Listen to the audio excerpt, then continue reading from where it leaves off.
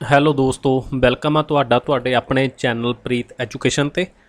ਜਿਵੇਂ ਕਿ ਕਿਸੇ ਬੱਚੇ ਨੇ ਕਮੈਂਟ ਕੀਤਾ ਸੀ ਕਿ ਸਰ ਇਕੋਨਮੀ ਦੇ ਟੌਪਿਕਸ ਨੇ ਜਿਹੜੇ ਉਹ ਅੱਗੇ ਕਰਵਾ ਦਿਓ। ਤਾਂ ਬੱਚੇ ਅੱਜ ਇੰਪੋਰਟੈਂਟ ਟਰਮਸ ਨੇ ਜਿੰਨੀਆਂ ਜਾਂ ਫਿਰ ਹੋਰ ਇਕੋਨਮੀ ਦਾ ਕੁਛ ਹੈਗਾ ਇੰਪੋਰਟੈਂਟ, ਤਾਂ ਉਹਨੂੰ ਆਪਾਂ ਅੱਜ ਦੇ ਇਸ ਲੈਕਚਰ ਦੇ ਵਿੱਚ ਤੁਹਾਡੇ ਨਾਲ ਡਿਸਕਸ ਕਰਾਂਗੇ। ਤਾਂ ਜਿਹੜੇ ਬੱਚੇ ਚੈਨਲ 'ਤੇ ਨਵੇਂ ਆ, ਚੈਨਲ ਸਬਸਕ੍ਰਾਈਬ ਨਹੀਂ ਕੀਤਾ, ਬੱਚੇ ਚੈਨਲ ਨੂੰ ਸਬਸਕ੍ਰਾਈਬ ਕਰ ਲਓ, ਨਾਲ ਹੀ ਬੈਲ ਨੋਟੀਫਿਕੇਸ਼ਨ ਔਨ ਕਰ ਲਿਓ। ਬਾਕੀ PDF ਵਗੈਰਾ ਚਾਹੀਦੀ ਆ, ਆਹ ਵਾਲਾ ਸਾਡਾ ਟੈਲੀਗ੍ਰਾਮ ਦਾ ਲਿੰਕ ਆ, ਇਹ ਡਿਸਕ੍ਰਿਪਸ਼ਨ 'ਚ ਵੀ ਮਿਲ ਜੂਗਾ ਤੁਹਾਨੂੰ ਬੱਚੇ, ਇੱਥੋਂ ਵੀ ਤੁਸੀਂ ਇਹਨੂੰ ਜੁਆਇਨ ਕਰ ਸਕਦੇ ਹੋ। ਜਾਂ ਫਿਰ ਚੈਨਲ ਦੇ ਅਬਾਊਟ ਦੇ ਵਿੱਚ ਜਾ ਕੇ ਤੁਹਾਨੂੰ ਇੰਸਟਾਗ੍ਰਾਮ ਔਰ ਟੈਲੀਗ੍ਰਾਮ ਦੋਨਾਂ ਦਾ ਉੱਥੋਂ ਲਿੰਕ ਆ ਜਿਹੜਾ ਮਿਲ ਜੂਗਾ, ਡਾਇਰੈਕਟਲੀ ਤੁਸੀਂ ਉੱਥੇ ਪਹੁੰਚੋਗੇ। ਤਾਂ ਬੱਚੇ ਅੱਜ ਆਪਣਾ ਕੰਟੈਂਟ ਰਹਿਣ ਵਾਲਾ ਇਕੋਨਮੀ। ਤਾਂ ਇਕਨੋਮਿਕਸ ਦੇ ਵਿੱਚੋਂ ਅਸੀਂ ਨੰਬਰ ਕਿਵੇਂ ਪੱਕੇ ਕਰ ਸਕਦੇ ਹਾਂ। ਦੇਖੋ ਬੱਚੇ, ਆ ਵੈਸੇ ਇਹਨੂੰ ਕ੍ਰੀਏਟ ਕਰਨ ਦੇ ਲਈ ਥੰਬਨੇਲ ਨੂੰ ਟਾਈਮ ਲੱਗ ਜਾਂਦਾ, ਸੋ ਤਾਂ ਕਰਕੇ ਆਪਾਂ ਪੁਰਾਣਾ ਹੀ ਇੱਥੇ ਤੁਹਾਡੇ ਨਾਲ ਸ਼ੇਅਰ ਕਰ ਰਹੇ ਹਾਂ। ਤਾਂ ਦੇਖੋ ਬੱਚੇ, ਅੱਜ ਆਪਾਂ ਗੱਲ ਕਰਾਂਗੇ LPG ਰਿਫੋਰਮਸ ਦੇ ਬਾਰੇ। LPG ਰਿਫੋਰਮਸ ਇਕੋਨਮੀ ਦੇ ਵਿੱਚ ਬੜੀ ਇੰਪੋਰਟੈਂਟ ਟਰਮ ਆ, ਕਿਉਂਕਿ ਆਪਣੀ ਇਕੋਨਮੀ ਦੇ ਵਿੱਚ ਪੂਰੀ ਚੇਂਜ ਆ ਗਿਆ ਸੀ ਇਹਦੇ ਨਾਲ। ਤਾਂ ਦੇਖੋ ਬੱਚੇ, ਇਹਦੇ ਨਾਲ ਗੱਲ ਕਰਨ ਤੋਂ ਪਹਿਲਾਂ ਆਪਾਂ ਕਿਹਦੇ ਬਾਰੇ ਗੱਲ ਕਰਾਂਗੇ? ਡਾਕਟਰ ਮਨਮੋਹਨ ਸਿੰਘ। ਕਿੰਨਾ ਬਾਰੇ ਗੱਲ ਕਰਾਂਗੇ? ਡਾਕਟਰ ਮਨਮੋਹਨ ਸਿੰਘ ਜੀਆਂ ਬਾਰੇ। ਤਾਂ ਬੱਚੇ ਦੇਖੋ, ਇਹਨਾਂ ਦੇ ਬਾਰੇ ਇੰਪੋਰਟੈਂਟ ਫੈਕਟ ਕੀ ਆ? ਇੱਕ ਤਾਂ ਇਹ ਰਹੇ ਨੇ RBI ਦੇ ਗਵਰਨਰ। ਕਿਹੜੇ ਨੰਬਰ ਦੇ? 15ਵੇਂ ਨੰਬਰ ਦੇ, ਠੀਕ ਆ। ਤਾਂ ਹੁਣ ਤੁਸੀਂ ਦੱਸਣਾ ਵੀ ਹੁਣ ਕਿਹੜੇ ਨੰਬਰ ਦੇ ਚੱਲ ਰਹੇ ਨੇ ਪ੍ਰੈਜ਼ੈਂਟਲੀ RBI ਦੇ ਗਵਰਨਰ, 91ਵੇਂ ਨੰਬਰ ਦੇ ਆ। ਤਾਂ ਇਹਨਾਂ ਦੇ ਜਿਹੜੀ ਇਹ ਟਰਮ ਸੀ, ਇਹ 1982 ਤੋਂ ਲੈ ਕੇ 85 ਤੱਕ ਸੀ। 1984 ਦੇ ਵਿੱਚ ਇੰਦਰਾ ਗਾਂਧੀ ਦੀ ਹੱਤਿਆ ਹੋਈ ਸੀ। ਬਾਕੀ ਬੱਚੇ ਇਸ ਤੋਂ ਬਾਅਦ ਇਹ ਰਹਿ ਚੁੱਕੇ ਨੇ ਆਪਣੇ ਵਿੱਤ ਮੰਤਰੀ, ਯਾਨੀ ਕਿ ਫਾਈਨਾਂਸ ਮਿਨਿਸਟਰ ਵੀ ਇੰਡੀਆ ਦੇ ਇਹ ਰਹਿ ਚੁੱਕਿਆ। ਵਿੱਤ ਮੰਤਰੀ ਕਿਹਦੀ ਸਰਕਾਰ ਸੀ ਉਦੋਂ? PM ਸੀਗੇ ਨਰਸਿਮਹਾ ਰਾਓ। ਤਾਂ ਇਹਨਾਂ ਦੀ ਗਵਰਨਮੈਂਟ ਦੇ ਵਿੱਚ ਇਹ ਰਹੇ ਸੀਗੇ 1991 ਤੋਂ ਲੈ ਕੇ 96 ਤੱਕ। ਅਤੇ ਜਿਹੜੇ ਰਿਫੋਰਮ ਹੋਏ ਸੀ ਇਹ ਵੀ ਆਪਣੇ ਉਸੇ ਟਾਈਮ ਦੇ ਉੱਤੇ ਹੋਏ ਸੀਗੇ। ਚਲੋ ਇਹਨਾਂ ਤੋਂ ਬਾਅਦ ਇੱਕ ਪੁਆਇੰਟ ਇਹਨਾਂ ਦੇ ਬਾਰੇ ਹੋਰ ਕਰਦੇ ਹਾਂ। ਤਾਂ ਇਹ ਆਪਣੀ ਕੰਟਰੀ ਦੇ PM ਵੀ ਰਹਿ ਚੁੱਕਿਆ, ਯਾਨੀ ਕਿ ਪ੍ਰਧਾਨ ਮੰਤਰੀ ਵੀ ਰਹਿ ਚੁੱਕਿਆ ਲਗਾਤਾਰ 2004 ਤੋਂ ਲੈ ਕੇ 14 ਤੱਕ 10 ਸਾਲ ਕਾਂਗਰਸ ਵੱਲੋਂ ਇਹ ਰਹੇ ਸੀਗੇ ਡਾਕਟਰ ਮਨਮੋਹਨ ਸਿੰਘ ਆਪਣੀ ਕੰਟਰੀ ਦੇ ਪ੍ਰਾਈਮ ਮਿਨਿਸਟਰ। ਤਾਂ ਇੰਪੋਰਟੈਂਟ ਫੈਕਟਸ ਸੀ ਬੱਚੇ, ਤੁਸੀਂ ਧਿਆਨ 'ਚ ਰੱਖਣੇ ਆ। ਤਾਂ ਹੁਣ ਦੇਖੋ, ਜਦੋਂ ਇਹ ਆਪਣੇ ਸੀਗੇ ਵਿੱਤ ਮੰਤਰੀ, ਕੌਣ ਸੀਗੇ ਵਿੱਤ ਮੰਤਰੀ? ਕੌਣ ਸੀ ਆਪਣਾ ਮਨਮੋਹਨ ਸਿੰਘ। ਤਾਂ ਇਹਨਾਂ ਨੇ 24 ਜੁਲਾਈ 1991 ਨੂੰ ਬਜਟ ਪੇਸ਼ ਕੀਤਾ। ਹੁਣ ਆ ਜਿਹੜੀ 24 ਜੁਲਾਈ ਆ ਬੱਚੇ, ਇਹ ਇੰਪੋਰਟੈਂਟ ਆ। ਇਹਨੂੰ ਕਿਹਾ ਜਾਂਦਾ golden day of Indian economy.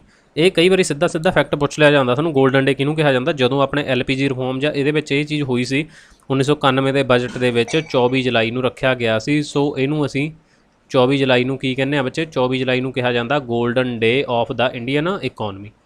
ਆਹ ਪੁਆਇੰਟ ਤਾਂ ਆਈ ਥਿੰਕ ਤੁਹਾਨੂੰ ਹੁਣ ਕਲੀਅਰ ਹੋ ਗਿਆ ਹੋਊਗਾ। ਤਾਂ ਬੱਚੇ ਦੇਖੋ, ਹੁਣ ਸਾਰਾ ਤੁਹਾਨੂੰ ਮੈਂ LPG ਜਿਹੜੇ ਰਿਫੋਰਮ ਨੇ ਹੁਣ ਤੁਹਾਨੂੰ ਮੈਂ ਡਿਟੇਲ ਦੇ ਵਿੱਚ ਨਹੀਂ ਕਰਾਊਂਗਾ। ਤਾਂ ਨਵੀਂ ਇਹਨਾਂ ਨੇ ਪੋਲਿਸੀ ਲੈ ਕੇ ਆਂਦੀ ਸੀਗੀ ਉਦੋਂ। ਤਾਂ ਇਹ ਰਿਫੋਰਮ ਕਿਹਦੇ ਦੁਆਰਾ ਕੀਤੇ ਗਏ ਸੀ? ਮਨਮੋਹਨ ਸਿੰਘ ਦੇ ਦੁਆਰਾ। ਤਾਂ ਇਦੋਂ ਪਹਿਲਾਂ ਦੇਖੋ ਬੱਚੇ, ਪਹਿਲਾਂ LPQ ਸਿਸਟਮ ਚੱਲਦਾ ਸੀਗਾ। ਇਹ ਸੀਗਾ ਮਤਲਬ ਪਹਿਲਾਂ LPQ, ਪਰ ਜਿਹੜਾ ਇਸ ਤੋਂ ਬਾਅਦ ਰਿਫੋਰਮ ਦੇ ਆਉਣ ਦੇ ਨਾਲ ਹੋ ਗਿਆ, ਸੌਰੀ ਬੱਚੇ, ਜਿਹੜਾ ਇਸ ਤੋਂ ਬਾਅਦ ਆਇਆ ਉਹ ਸੀਗਾ LPG ਮਾਡਲ। ਮਤਲਬ ਇਦੋਂ ਬਾਅਦ ਜਿਹੜਾ ਨਵਾਂ ਲੈ ਕੇ ਆਂਦਾ ਉਹ LPG ਮਾਡਲ ਸੀ। ਅਤੇ ਇਸ ਤੋਂ ਪਹਿਲਾਂ ਯਾਨੀ ਕਿ ਕੋਟਾ ਪਰਮਿਟ ਸਿਸਟਮ ਚੱਲਦਾ ਸੀ, ਲਾਇਸੈਂਸ ਪਰਮਿਟ ਕੋਟਾ। ਅਤੇ ਇਦੋਂ ਬਾਅਦ ਜਿਹੜਾ ਹੈ ਲਿਬਰਾਈਜੇਸ਼ਨ, ਪ੍ਰਾਈਵੇਟਾਈਜੇਸ਼ਨ ਐਂਡ ਗਲੋਬਲਾਈਜੇਸ਼ਨ। ਤਾਂ ਇਹ ਨਵੇਂ ਰਿਫੋਰਮਸ ਲੈ ਕੇ ਆਉਣ ਵਾਲੇ ਮਨਮੋਹਨ ਸਿੰਘ ਸੀ। ਸੋ ਉਹਨਾਂ ਨੂੰ ਕਿਹਾ ਜਾਂਦਾ ਫਰੰਟੀਅਰ ਆਫ ਇੰਡੀਅਨ ਡਿਵੈਲਪਮੈਂਟ। ਤਾਂ ਆਹ ਤੁਸੀਂ ਇੰਨੇ ਕੁ ਫੈਕਟਰ ਡਾਇਰੈਕਟਲੀ ਨੇ ਜਿਹੜੇ ਤੁਸੀਂ ਧਿਆਨ 'ਚ ਰੱਖਣੇ ਆ ਬੱਚੇ। ਦੇਖੋ, ਇਸ ਤੋਂ ਬਾਅਦ ਇਹਦੇ 'ਚ ਬਾਰੇ ਤੁਹਾਨੂੰ ਇੱਕ ਹੋਰ ਚੀਜ਼ ਪੁੱਛੀ ਜਾਂਦੀ ਆ ਵੀ ਇਹਦੇ 'ਚੋਂ ਜੇ ਆਪਾਂ ਗੱਲ ਕਰੀਏ L ਦੀ, ਮੈਂ ਆਹ ਵਾਲਾ ਇੱਥੇ ਬੱਚੇ ਐਕਸਪਲੇਨ ਕਰ ਰਿਹਾ, ਤੁਸੀਂ ਇੱਥੇ, ਠੀਕ ਆ। ਚਲੋ ਨੀਚੇ ਅਗਲੀ ਸਲਾਈਡ 'ਚ ਕਰ ਲੈਂਦੇ ਆਪਾਂ। ਇਹਦੇ 'ਚੋਂ ਜੇ ਆਪਾਂ ਗੱਲ ਕਰੀਏ LPG, ਇਹਦੇ ਵਿੱਚ ਹੁਣ ਫੁੱਲ ਫਾਰਮ ਤਾਂ ਤੁਹਾਨੂੰ ਸਭ ਨੂੰ ਕਲੀਅਰ ਆ। ਜਿਹੜਾ L ਆ ਇਹ ਤਾਂ ਦਿਖਾਉਂਦਾ ਗਾ ਡਾਇਰੈਕਸ਼ਨ ਆਫ ਰਿਫੋਰਮਸ ਨੂੰ। ਇਹ ਕੁਐਸਚਨ ਆਇਆ ਵਾ ਸੀ ਕਿਸੇ ਐਗਜ਼ਾਮ ਦੇ ਵਿੱਚ ਵੀ ਇਹ ਕਿਹਨੂੰ ਕੀ ਡਿਨੋਟ ਕਰਦਾ। ਅਤੇ ਜਿਹੜਾ P ਆ ਬੱਚੇ, ਇਹ ਦਿਖਾਉਂਦਾ ਪਾਥ ਆਫ ਰਿਫੋਰਮ। ਔਰ ਜਿਹੜਾ G ਆ ਇਹ ਹੈਗਾ ਅਲਟੀਮੇਟ ਗੋਲਸ ਆਫ ਰਿਫੋਰਮ। ਤਾਂ ਆਹ ਦੇਖੋ, G ਤੇ ਗੋਲ, P ਤੇ ਪਾਥ, L ਤੇ ਰਹਿ ਗਿਆ। ਇਹਦਾ ਮਤਲਬ ਕਿ ਡਾਇਰੈਕਸ਼ਨ ਆ ਗਿਆ। ਤਾਂ ਉਹ L ਤੇ ਡਾਇਰੈਕਸ਼ਨ ਤਾਂ ਨਹੀਂ ਬਣਦਾ, ਬਟ ਤੁਹਾਨੂੰ ਇਹ ਚੀਜ਼ ਬੱਚੇ ਕਲੀਅਰ ਹੋਣੀ ਚਾਹੀਦੀ ਆ ਵੀ LPG ਰਿਫੋਰਮ ਦੇ ਵਿੱਚ ਇਹ ਚੀਜ਼ ਕੀ ਸੀ। ਦੇਖੋ ਬੱਚੇ, ਜਦੋਂ ਆਪਾਂ 1900 ਪਹਿਲਾਂ ਤੋਂ ਗੱਲ ਕਰੀਏ ਤਾਂ ਕਾਫੀ ਡਿਪਾਰਟਮੈਂਟ ਸੀਗੇ, ਗਿਣਤੀ ਮੈਂ ਹੁਣ ਤੁਹਾਨੂੰ ਨਹੀਂ ਦੱਸੂਗਾ ਸਾਰਿਆਂ ਦੀ, ਤਾਂ ਉਹ ਸੀਗੇ ਜਿਹੜੇ ਗਵਰਨਮੈਂਟ ਦੇ ਕੰਟਰੋਲ ਦੇ ਵਿੱਚ ਸੀਗੇ। ਤਾਂ ਜਦੋਂ ਫਿਰ ਇਸ ਤੋਂ ਬਾਅਦ LPG ਮਾਡਲ ਆ ਗਿਆ, ਫਿਰ ਉਹਨਾਂ ਦੇ ਵਿੱਚੋਂ ਸਿਰਫ 2 ਚੀਜ਼ਾਂ ਛੱਡੀਆਂ ਸੀ ਉਹ ਟਾਈਮ ਤੇ, ਇੱਕ ਐਟੋਮਿਕ ਐਨਰਜੀ ਔਰ ਇੱਕ ਇੰਡੀਅਨ ਰੇਲਵੇ। ਪਰ ਉਹਦਾ ਇਸ ਤੋਂ ਬਾਅਦ ਹੁਣ ਤੁਹਾਨੂੰ ਪਤਾ ਵੀ ਰੇਲਵੇ ਵੀ ਪ੍ਰਾਈਵੇਟਾਈਜੇਸ਼ਨ ਕਰਤੀ ਆ, ਤੇ ਇਸ ਤੋਂ ਬਾਅਦ ਐਟੋਮਿਕ ਐਨਰਜੀ ਆ। ਤਾਂ ਇਹਦੇ 'ਚ ਜੇ ਪ੍ਰਾਈਵੇਟ ਹੱਥਾਂ 'ਚ ਰੱਖ ਲੈਂਦੇ ਤਾਂ ਨੁਕਸਾਨ ਹੋ ਸਕਦਾ ਸੀ, ਕਿਉਂਕਿ ਐਟੋਮਿਕ ਐਨਰਜੀ ਦਾ ਗਲਤ ਉਪਯੋਗ ਵੀ ਹੋ ਸਕਦਾ। ਤਾਂ ਇਹਦੇ 'ਚ ਬੱਚੇ ਹੁਣ ਚੱਕਰ ਕੀ ਪੈ ਗਿਆ ਸੀ, ਦੇਖੋ ਇੱਥੇ ਇੰਪੋਰਟੈਂਟ ਫੈਕਟ ਆ ਵੀ 1989 ਦੇ ਵਿੱਚ, ਠੀਕ ਆ, ਇੱਕ ਲੜਾਈ ਹੋਈ ਸੀ ਕੁਵੈਤ ਵਰਸਸ ਇਰਾਕ ਦੀ। ਕੁਵੈਤ ਤੇ ਇਰਾਕ ਦੀ ਲੜਾਈ ਹੋਈ ਸੀ, ਤਾਂ ਸਾਰੇ ਦੇਸ਼ਾਂ ਨੂੰ ਤੇਲ ਸੀਗਾ ਜਿਹੜਾ ਬਹੁਤ ਜ਼ਿਆਦਾ ਮਹਿੰਗਾ ਮਿਲਣ ਲੱਗ ਗਿਆ। ਸੋ ਇੰਡੀਆ, ਤੁਹਾਨੂੰ ਪਤਾ ਵੀ ਤੇਲ ਆਪਾਂ ਬਾਹਰ ਤੋਂ ਲੈਂਦੇ ਹਾਂ, ਤਾਂ ਕਰਕੇ ਇੰਡੀਆ ਦੇ ਉੱਤੇ ਵੀ ਇਹਦਾ ਬਹੁਤ ਇੰਪੈਕਟ ਪਿਆ ਸੀਗਾ। ਇਸ ਤੋਂ ਬਾਅਦ ਸਾਡੇ ਕੋਲੇ ਜਿਹੜਾ ਫੋਰਨ ਰਿਜ਼ਰਵ ਸੀਗਾ ਉਹ ਬਹੁਤ ਜ਼ਿਆਦਾ ਘਟ ਗਿਆ ਸੀਗਾ, ਇਹਦੇ 'ਚ ਖਰਚਾ ਹੋਣ ਲੱਗ ਗਿਆ ਸੀ। ਫਿਰ ਇਸ ਤੋਂ ਬਾਅਦ ਸਾਨੂੰ ਲੋਨ ਦੀ ਲੋੜ ਪਈ, ਦੈਨ ਅਸੀਂ ਲੋਨ ਲੈਣ ਦੇ ਲਈ IMF ਯਾਨੀ ਕਿ ਇੰਟਰਨੈਸ਼ਨਲ ਮੋਨੀਟਰੀ ਫੰਡ ਮੈਂ ਤੁਹਾਨੂੰ ਕਰਵਾ ਕੇ ਹਟਿਆ। ਪਹਿਲਾਂ ਵਾਲੀ ਵੀਡੀਓ ਜਿਹਨੇ ਨਹੀਂ ਦੇਖੀ ਉਹ ਦੇਖ ਸਕਦਾ, ਉਹਦਾ ਲਿੰਕ ਤੁਹਾਨੂੰ ਆਈ ਬਟਨ ਦੇ ਵਿੱਚ ਮਿਲ ਜੂਗਾ। ਬਾਕੀ ਵੀਡੀਓ ਦੇ ਐਂਡ ਦੇ ਉੱਤੇ ਜਾ ਕੇ ਬੱਚੇ ਰਿਕਮੈਂਡ ਕੀਤੀਆਂ ਜਾਣਗੀਆਂ ਵੀਡੀਓਜ਼, ਉਹਨਾਂ ਦੇ ਵਿੱਚੋਂ ਵੀ ਤੁਸੀਂ ਦੇਖ ਸਕਦੇ ਹੋ ਉਹ ਵਾਲੀ ਵੀਡੀਓ। ਤਾਂ ਹੁਣ ਜਿਹੜਾ ਲਿਬਰਾਈਜੇਸ਼ਨ ਆ, ਮਤਲਬ ਉਹਦੇ 'ਚ ਕੀ ਆ, ਲਾਇਸੈਂਸ ਮੁਕਤ ਕਰ ਦਿਓ, ਠੀਕ ਆ। ਜਿਹੜਾ ਲਿਬਰਾਈਜੇਸ਼ਨ ਆ ਇਹਦੇ 'ਚ ਕੀ ਆ ਬਈ ਲਾਇਸੈਂਸ ਤੋਂ ਮੁਕਤ ਕਰ ਦਿਓ ਸਾਰਿਆਂ ਨੂੰ, ਠੀਕ ਆ। ਤਾਂ ਲਾਇਸੈਂਸ ਮੁਕਤ ਕਰ ਦਿਓ। ਤਾਂ ਇਸ ਤੋਂ ਬਾਅਦ ਉਦੋਂ 6 ਚੀਜ਼ਾਂ ਛੱਡੀਆਂ ਸੀ ਇਹਨਾਂ ਨੇ ਵੀ ਜੇ ਐਲਕੋਹਲ ਬਣਾਉਣੀ ਆ ਉਹਦੇ ਲਈ ਲੈਣਾ ਪਊਗਾ, ਡਰੱਗ ਮੈਡੀਸਨ ਆ ਉਹਦੇ ਲਈ ਲਾਇਸੈਂਸ ਚਾਹੀਦਾ। ਮੈਂ ਨਾਮ ਬੋਲ ਦਿੰਦਾ, ਐਲਕੋਹਲ ਸੀ, ਤੰਬਾਕੂ, ਡਿਫੈਂਸ ਦਾ ਸਮਾਨ ਆ, ਇੰਡਸਟਰੀ ਜਿਹੜਾ ਮਤਲਬ ਕਿ ਫੈਕਟਰੀਆਂ ਦੇ ਵਿੱਚ ਆਪਾਂ ਕਰਦੇ ਹਾਂ ਐਕਸਪਲੋਜ਼ਰ, ਬੰਬ ਧਮਾਕੇ ਕਰਦੇ ਹਾਂ, ਤੰਬਾਕੂ ਬਣਾਉਣਾ, ਕੈਮੀਕਲ ਬਣਾਉਣੇ ਨੇ, ਠੀਕ ਆ। ਇਸ ਤੋਂ ਬਾਅਦ ਡਰੱਗ ਮੈਡੀਸਨ ਜਾਂ ਐਲਕੋਹਲ ਆ, ਇਹ 6 ਚੀਜ਼ਾਂ ਦੇ ਲਈ ਤੁਹਾਨੂੰ ਲਾਇਸੈਂਸ ਦੀ ਲੋੜ ਸੀ। ਪਰ ਇਸ ਤੋਂ ਬਾਅਦ ਸਾਰੀਆਂ ਚੀਜ਼ਾਂ ਦੇ ਵੀ ਲਾਇਸੈਂਸ ਸੀਗਾ ਜਿਹੜਾ ਬਿਲਕੁਲ ਉਹ ਖਤਮ ਕਰ ਦਿੱਤਾ ਗਿਆ ਸੀ। ਫਿਰ ਇਸ ਤੋਂ ਬਾਅਦ 2014 ਦੇ ਵਿੱਚ ਜਦੋਂ ਮੋਦੀ ਗਵਰਨਮੈਂਟ ਆਉਂਦੀ ਆ, ਉਹਨਾਂ ਨੇ ਸਟਾਰਟਅਪ ਇੰਡੀਆ ਸਕੀਮ ਕਰੀ ਸੀ ਵੀ 24 ਘੰਟਿਆਂ ਦੇ ਵਿੱਚ ਰਜਿਸਟਰ ਕਰ ਦੇਵਾਂਗੇ, 3 ਸਾਲ ਤੱਕ ਕੰਮ ਦਾ ਕੋਈ ਰਿਕਾਰਡ ਵੀ ਨਹੀਂ ਸੀ ਮੰਗਾਂਗੇ, ਠੀਕ ਆ। ਤੇ ਵੀ ਤੁਸੀਂ ਸਕਿੱਲ ਆਪਣੀ ਇੱਥੇ ਸ਼ੋਅ ਕਰੋ ਸਾਨੂੰ। ਫਿਰ ਇਸ ਤੋਂ ਬਾਅਦ ਸੀਗਾ ਜਿਹੜਾ ਪ੍ਰਾਈਵੇਟਾਈਜੇਸ਼ਨ ਸੀਗਾ ਬੱਚੇ, ਉਹਦੇ 'ਚ ਸੀਗਾ ਵੀ 2 ਸੈਕਟਰ ਤੁਹਾਨੂੰ ਮੈਂ ਪਹਿਲਾਂ ਹੀ ਦੱਸ ਕੇ ਹਟਿਆ, ਐਟੋਮਿਕ ਐਨਰਜੀ ਤੇ ਇੰਡੀਅਨ ਰੇਲਵੇ ਵਾਲਾ ਹੁਣ ਤੁਹਾਨੂੰ ਕਰੰਟਲੀ ਪਤਾ ਹੀ ਆ। ਤਾਂ ਇਹਦੇ 'ਚੋਂ 2 ਸੈਕਟਰ ਸੀਗੇ, ਤਾਂ ਉਹ ਮਤਲਬ ਸਰਕਾਰ ਦੇ ਕੰਟਰੋਲ ਦੇ ਵਿੱਚ ਸੀ। ਬਾਕੀ ਜਿਹੜੇ ਸੀਗੇ ਸਾਰੇ ਉਹ ਕੀ ਕਰਤੇ ਇਹਨਾਂ ਨੇ, ਪ੍ਰਾਈਵੇਟ ਸਿਸਟਮ ਦੇ ਵੱਲ ਰੱਖਤੇ ਸੀਗੇ। ਦੇਖੋ ਬੱਚੇ, ਉਦੋਂ ਫਿਰ ਆ ਜਿਹੜਾ ਪ੍ਰਾਈਵੇਟ ਵਾਲਾ ਸੀਗਾ ਇਹਦੇ ਅਧੀਨ ਇੱਕ ਹੋਰ ਚੀਜ਼ ਟਰਾਂਸਫਰ ਕੀਤੀ ਗਈ ਸੀ, MRTP ਐਕਟ ਸੀਗਾ 1969 ਦਾ। ਤਾਂ ਇਹ ਵਾਲਾ ਜਿਹੜਾ ਐਕਟ ਸੀਗਾ ਬੱਚੇ, ਇਹਦੀ ਜਗ੍ਹਾ ਦੇ ਉੱਤੇ ਆ ਗਿਆ ਕੰਪੀਟੀਸ਼ਨ ਐਕਟ। ਇਹ ਵੀ ਬੱਚੇ ਮੈਂ ਤੁਹਾਨੂੰ ਕਰਵਾਇਆ ਸੀਗਾ, ਕੰਪੀਟੀਸ਼ਨ ਐਕਟ ਕਰੰਟ ਵਾਲੀ ਵੀਡੀਓ ਦੇ ਵਿੱਚ ਕਰਵਾਇਆ ਵਾ ਇਹ ਵਾਲਾ। ਇਹ ਐਕਟ ਕਿੰਨੇ ਦਾ, 2002 ਦਾ। ਤਾਂ ਇਹਦੀ ਜਗ੍ਹਾ ਦੇ ਉੱਤੇ ਕਿਹੜਾ ਆ, ਕੰਪੀਟੀਸ਼ਨ ਐਕਟ 2002 ਲੈ ਕੇ ਆਂਦਾ। ਤੇ ਇੱਕ ਹੋਰ ਇਹਦੇ 'ਚ ਚੇਂਜ ਕੀਤਾ ਗਿਆ ਸੀ ਜਿਹੜਾ ਫੇਰਾ ਐਕਟ ਸੀਗਾ 1973 ਦਾ। ਤਾਂ ਇਹਦੀ ਜਗ੍ਹਾ ਤੇ ਬਦਲ ਕੇ ਫੇਰਾ ਦੀ ਜਗ੍ਹਾ ਤੇ, ਬਾਕੀ ਤਾਂ ਸੇਮ ਹੀ ਸੀਗਾ, ਫੀਮਾ ਕਰਤਾ, ਬਸ ਇੱਥੇ M ਆ ਗਈ, ਠੀਕ ਆ। ਬਾਕੀ ਸਾਰਾ ਸੀਗਾ F ਤੇ ਫੋਰਨ, E ਤੇ ਐਕਸਚੇਂਜ। ਪਹਿਲਾਂ ਸੀਗਾ ਰੈਗੂਲੇਸ਼ਨ ਐਕਟ, ਹੁਣ M ਦੀ ਜਗ੍ਹਾ ਤੇ ਆ ਗਿਆ ਮੈਨੇਜਮੈਂਟ ਐਕਟ। ਤਾਂ ਇਹ 1999 ਦਾ ਸੀਗਾ। ਤਾਂ ਇਹ ਪ੍ਰਾਈਵੇਟ ਵਾਲੇ ਸਿਸਟਮ ਦੇ ਵਿੱਚ ਕੀਤਾ ਸੀ। ਤੇ ਇਸ ਤੋਂ ਬਾਅਦ ਜਿਹੜਾ MS, ਇੱਕ ਮਨਮੋਹਨ ਸਰਕਾਰ ਹੋਰ ਵੀ ਐਕਟ ਲੈ ਕੇ ਆਈ ਸੀ, MSMED, ਠੀਕ ਆ। ਇਹ ਐਕਟ ਸੀਗਾ 2006 ਦਾ। ਤਾਂ ਇਹ ਐਕਟ ਲੈ ਕੇ ਆਉਣ ਵਾਲੀ ਮਨਮੋਹਨ ਸਰਕਾਰ ਸੀਗੀ, micro small medium enterprises development. ਬਸ ਇਹ ਤੁਸੀਂ ਇੰਨਾ ਕੁ ਯਾਦ ਰੱਖੋ, ਠੀਕ ਆ, ਇੰਨੇ ਨਾਲ ਤੁਹਾਡਾ ਕੰਮ ਬਣ ਜੂਗਾ। ਇਸ ਤੋਂ ਬਾਅਦ ਜਿਹੜਾ ਗਲੋਬਲਾਈਜੇਸ਼ਨ ਸੀਗਾ, ਗਲੋਬਲਾਈਜੇਸ਼ਨ ਦੇ ਵਿੱਚ ਕੀ ਸੀਗਾ ਵੀ ਤੁਹਾਨੂੰ ਬਿਜ਼ਨਸ ਕਰਨ ਦੀ ਫਰੀਡਮ ਦਿੱਤੀ ਜਾਊਗੀ ਪੂਰੀ। ਕਹਿਣ ਤੋਂ ਭਾਵ ਕੀ ਹੈ, ਫਰੀਡਮ ਮਿਲੂਗੀ ਤੁਹਾਨੂੰ। ਤੇ ਜਿੰਨੀਆਂ ਰਿਸਟ੍ਰਿਕਸ਼ਨ ਲੱਗੀਆਂ ਹੁੰਦੀਆਂ ਨੇ ਟਰੇਡ ਕਰਨ ਤੋਂ, ਤੇ ਉਹ ਤੁਹਾਨੂੰ ਇੰਟਰਨੈਸ਼ਨਲ ਅਕੋਰਡਿੰਗਲੀ ਇੰਟਰਨੈਸ਼ਨਲ ਟਰੇਡ 'ਤੇ ਲੱਗੀਆਂ ਵੀਆਂ ਰਿਸਟ੍ਰਿਕਸ਼ਨ ਨੇ, ਜਿਹੜੀਆਂ ਪਾਬੰਦੀਆਂ ਨੇ, ਉਹਨਾਂ ਨੂੰ ਘੱਟ ਕੀਤਾ ਜਾਊਗਾ ਜਾਂ ਖਤਮ ਕੀਤੀਆਂ ਜਾਣਗੀਆਂ। ਤੁਸੀਂ ਡਾਇਰੈਕਟਲੀ ਇਹ ਨਹੀਂ ਹੈਗਾ ਵੀ ਹਰ ਗੱਲ ਦੇ ਲਈ ਸਰਕਾਰ ਤੋਂ ਪਰਮਿਸ਼ਨ ਲੈਣੀ ਆ, ਤਾਂ ਤੁਸੀਂ ਬਾਹਰਲੇ ਦੇਸ਼ਾਂ ਦੇ ਨਾਲ ਵੀ ਖੁਦ ਟਰੇਡ ਕਰ ਸਕਦੇ ਹੋ। ਉਹਦੇ 'ਚ ਸੀਗਾ ਗਲੋਬਲਾਈਜੇਸ਼ਨ। ਤਾਂ ਬੱਚੇ ਹੁਣ ਜੇ ਗਲੋਬਲਾਈਜੇਸ਼ਨ ਦੀ ਗੱਲ ਕਰੀਏ ਤਾਂ ਇਹਦੇ ਨਾਲ ਆਪਾਂ 2 ਟਰਮਸ ਹੋਰ ਕਰ ਲੈਂਦੇ ਹਾਂ ਜਿਹੜੀਆਂ ਕਿ ਨਿਊਜ਼ ਦੇ ਵਿੱਚ ਰਹੀਆਂ ਸੀ। ਇੱਕ ਹੁੰਦਾ ਡੰਪਿੰਗ ਔਰ ਇੱਕ ਟਰਮ ਹੁੰਦੀ ਆ ਐਂਟੀ ਡੰਪਿੰਗ। ਬੱਚੇ ਅੱਜ ਜਿੰਨੀਆਂ ਇੰਪੋਰਟੈਂਟ ਟਰਮਸ ਨੇ ਮੈਂ ਤੁਹਾਨੂੰ ਉਹ ਵੀ ਨਾਲ ਹੀ ਕਰਵਾ ਦੂੰਗਾ। ਇਹਦੇ ਦੇਖੋ ਬੱਚੇ, ਡੰਪਿੰਗ ਕੀ ਹੁੰਦੀ ਆ ਵੀ ਜਦੋਂ ਕੋਈ ਦੇਸ਼ ਆਪਣੇ ਆਪ ਨੂੰ ਘਾਟਾ ਪਈ ਜਾਵੇ ਕੋਈ ਚੱਕਰ ਨਹੀਂ, ਪਰ ਦੂਜੇ ਦੇਸ਼ ਦੀ ਮਾਰਕੀਟ ਕਵਰ ਕਰਦਾ, ਠੀਕ ਆ। ਤਾਂ ਇਹਦੇ ਵਿੱਚ ਕੀ ਹੁੰਦਾ, ਦੂਸਰੇ ਦੇਸ਼ ਦੀ ਮਾਰਕੀਟ ਕਵਰ ਕਰਦਾ, ਆਪ ਨੂੰ ਚਾਹੇ ਉਹਨੂੰ ਘਾਟਾ ਹੀ ਪਈ ਜਾਵੇ ਕੋਈ ਚੱਕਰ ਨਹੀਂ ਹੈਗਾ, ਪਰ ਦੂਜੇ ਦੇ ਦੇਸ਼ ਦੇ ਵਿੱਚ ਜਾ ਕੇ ਚੀਜ਼ਾਂ ਡੰਪ ਹੁੰਦਾ ਸੁੱਟਣਾ। ਤਾਂ ਡੰਪਿੰਗ ਕਿਸੇ ਦੂਸਰੇ ਦੀ ਮਾਰਕੀਟ ਨੂੰ ਕਵਰ ਕਰਨਾ, ਜਿਵੇਂ ਕਿ ਚੀਨ ਹੁੰਦਾ, ਮਤਲਬ ਚਾਹੇ ਆਪ ਕੁਛ ਵੀ ਆ, ਦੂਸਰੇ ਦੇ ਵਿੱਚ ਉਹਨੇ ਲੱਤਾਂ ਫਸਾਉਣੀਆਂ, ਇਹਨੂੰ ਕਹਿੰਦੇ ਆ ਡੰਪਿੰਗ। ਹੁਣ ਐਂਟੀ ਡੰਪਿੰਗ ਕੀ ਹੁੰਦਾ, ਤਾਂ ਜਦੋਂ ਉਹ ਮਾਰਕੀਟ ਨੂੰ ਇਹਨੂੰ ਮਤਲਬ ਕਿ ਕਵਰ ਕਰਦੇ ਆ, ਤਾਂ ਇਹ ਉਹਦੇ ਮੁਕਾਬਲੇ ਦੇ ਵਿੱਚ ਉਹਨਾਂ 'ਤੇ ਕੀ ਕਰ ਦਿੰਦੀ ਆ, ਟੈਰਿਫ ਲਾ ਦਿੰਦੀ ਆ ਸਰਕਾਰ। ਜਿਹੜਾ ਸਮਾਨ ਬਾਹਰੋਂ ਆਉਂਦਾ ਨਾ ਉਹਨਾਂ 'ਤੇ ਟੈਰਿਫ ਲਾ ਦਿੰਦੀ ਆ ਸਰਕਾਰ ਜ਼ਿਆਦਾ। ਤਾਂ ਮਤਲਬ ਕਿ ਉਹਨਾਂ ਦੀ ਜਿਹੜੀ ਇਹ ਇੱਥੇ ਡੰਪਿੰਗ ਆ ਇਹਨੂੰ ਨੀਤੀ ਨੂੰ ਰੋਕਣ ਦੇ ਲਈ ਤਾਂ ਇਸ ਨੂੰ ਬਾਅਦ ਦੇ ਵਿੱਚ ਕਿਹਾ ਜਾਂਦਾ ਐਂਟੀ ਡੰਪਿੰਗ। ਮਤਲਬ ਡੰਪਿੰਗ ਰੋਕਣ ਦੇ ਲਈ ਸਰਕਾਰ ਕੀ ਕਰ ਦਿੰਦੀ ਆ, ਉਹਦੇ 'ਤੇ ਟੈਰਿਫ ਵਗੈਰਾ ਵਧਾ ਦਿੰਦੀ ਆ। ਸੋ ਉਹਨੂੰ ਅਸੀਂ ਐਂਟੀ ਡੰਪਿੰਗ ਕਹਿੰਦੇ ਹਾਂ। ਡੰਪਿੰਗ ਹੁੰਦਾ ਜਦੋਂ ਕੋਈ ਕੰਟਰੀ ਆਪਣੀ ਕੰਟਰੀ ਦੇ ਵਿੱਚ ਜਾਂ ਕਿਸੇ ਵੀ ਹੋਰ ਕੰਟਰੀ ਦੇ ਵਿੱਚ ਬੱਚੇ ਮਤਲਬ ਉਹ ਕਰਦੀ ਆ। ਠੀਕ ਆ, ਇਸ ਤੋਂ ਬਾਅਦ ਦੇਖੋ ਇਹ ਤਾਂ ਰਿਹਾ ਸੀ ਬੱਚੇ ਆਪਣਾ LPG ਰਿਫੋਰਮ ਨੂੰ ਲੈ ਕੇ। ਠੀਕ ਆ, ਇਸ ਤੋਂ ਬਾਅਦ ਆਪਣਾ ਹੁੰਦਾ ਇਕਨੋਮਿਕ ਐਕਟੀਵਿਟੀਜ਼। ਇਕਨੋਮਿਕ ਐਕਟੀਵਿਟੀਜ਼ ਕੀ ਹੁੰਦੀਆਂ, ਦੇਖੋ ਇਹਦੇ 'ਚ ਆਪਣੇ ਹੁੰਦੀਆਂ ਨੇ ਬੱਚੇ ਪ੍ਰਾਇਮਰੀ, ਸੈਕੰਡਰੀ, ਟਰਸਰੀ, ਕੁਆਨਰੀ। ਠੀਕ ਆ, ਤਾਂ ਮਤਲਬ ਬਸ ਤੁਸੀਂ ਇਹ ਸਾਰੀਆਂ ਬੱਚੇ ਤੁਹਾਨੂੰ ਪਤਾ ਹੀ ਆ। ਬਸ ਇਹਦੇ 'ਚੋਂ ਯਾਦ ਰੱਖਣਾ ਵੀ ਐਗਰੀਕਲਚਰ ਦਾ ਜਿਹੜਾ ਹੈਗਾ 14.4 ਹਿੱਸਾ ਜਿਹਦਾ ਸੰਬੰਧ ਸਿੱਧਾ ਧਰਤੀ ਦੇ ਨਾਲ ਹੋਵੇ। ਸੈਕੰਡਰੀ ਦੇ ਵਿੱਚ ਇੰਡਸਟਰੀ, ਸਰਵਿਸਿਜ਼, ਇਹ ਤਾਂ ਤੁਹਾਨੂੰ ਸਾਰਿਆਂ ਨੂੰ ਪਤਾ ਬੱਚੇ। ਠੀਕ ਆ, ਇਹ ਤਾਂ ਇੱਕ ਜਮਾਂ ਬੇਸ ਟਰਮ ਆ ਬਿਲਕੁਲ। ਚਲੋ ਇਹ ਤੋਂ ਬਿਨਾਂ ਹੁਣ ਆਪਾਂ ਗੱਲ ਕਰਦੇ ਹਾਂ ਬੱਚੇ ਟੈਕਸ ਦੀ।